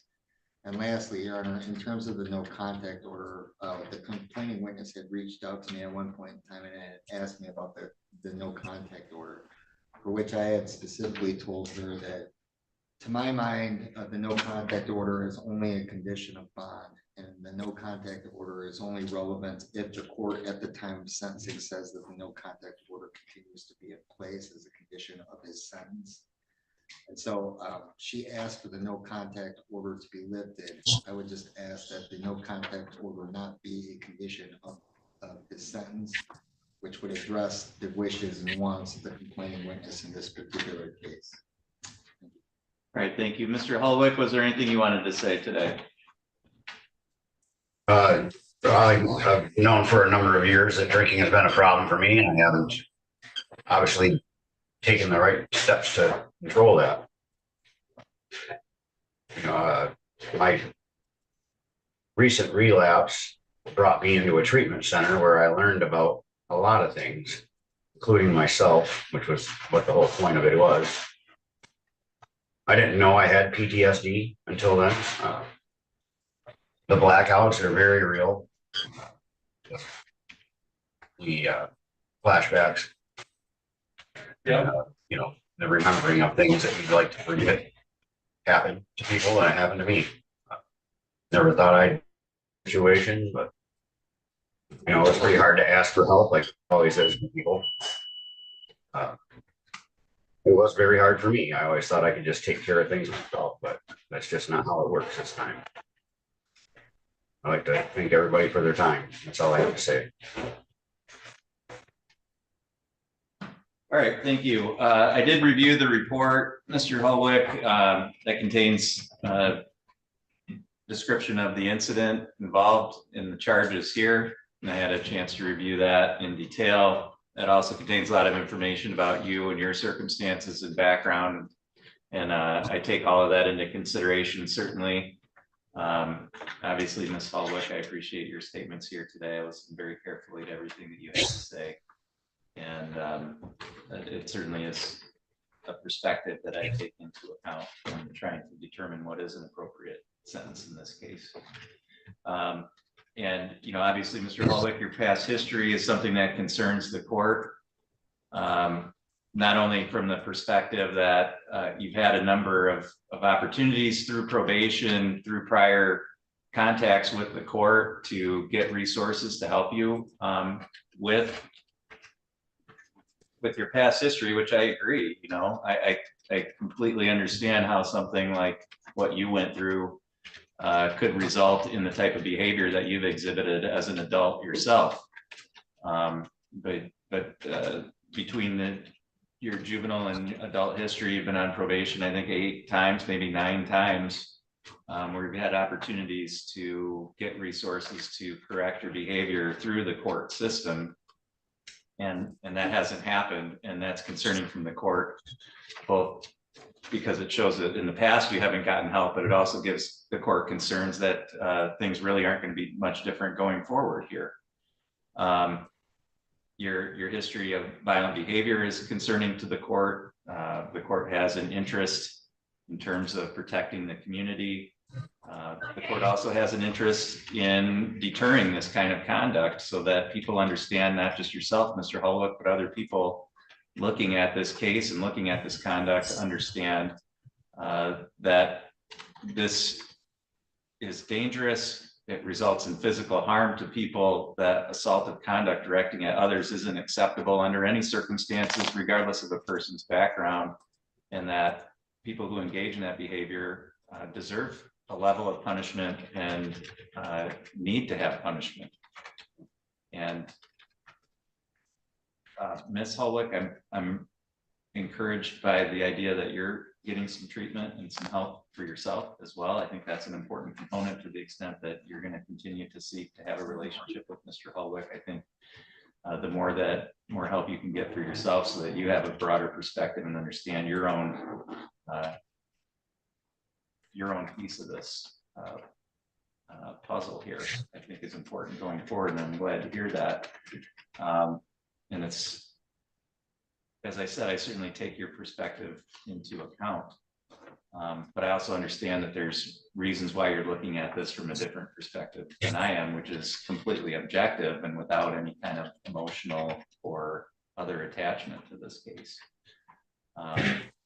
And so for all those reasons, the court finds that there isn't grounds under any circumstances for the court to go below what the guidelines are in this case. I think the guidelines adequately account both for your conduct here and your wrongful behavior, regardless of the reasons for it, and your past history and your failure to take steps on your own to correct that behavior, either, again, on your own or with resources from the court that you've had in the past.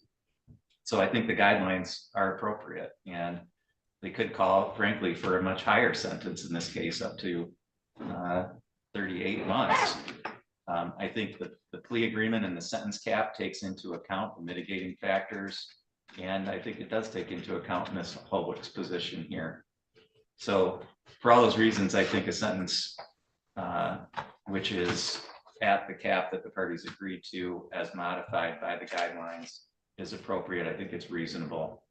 The court is going to sentence you to 22 months in the Michigan Department of Corrections to a period of 5 years. You do have credit for 29 days served.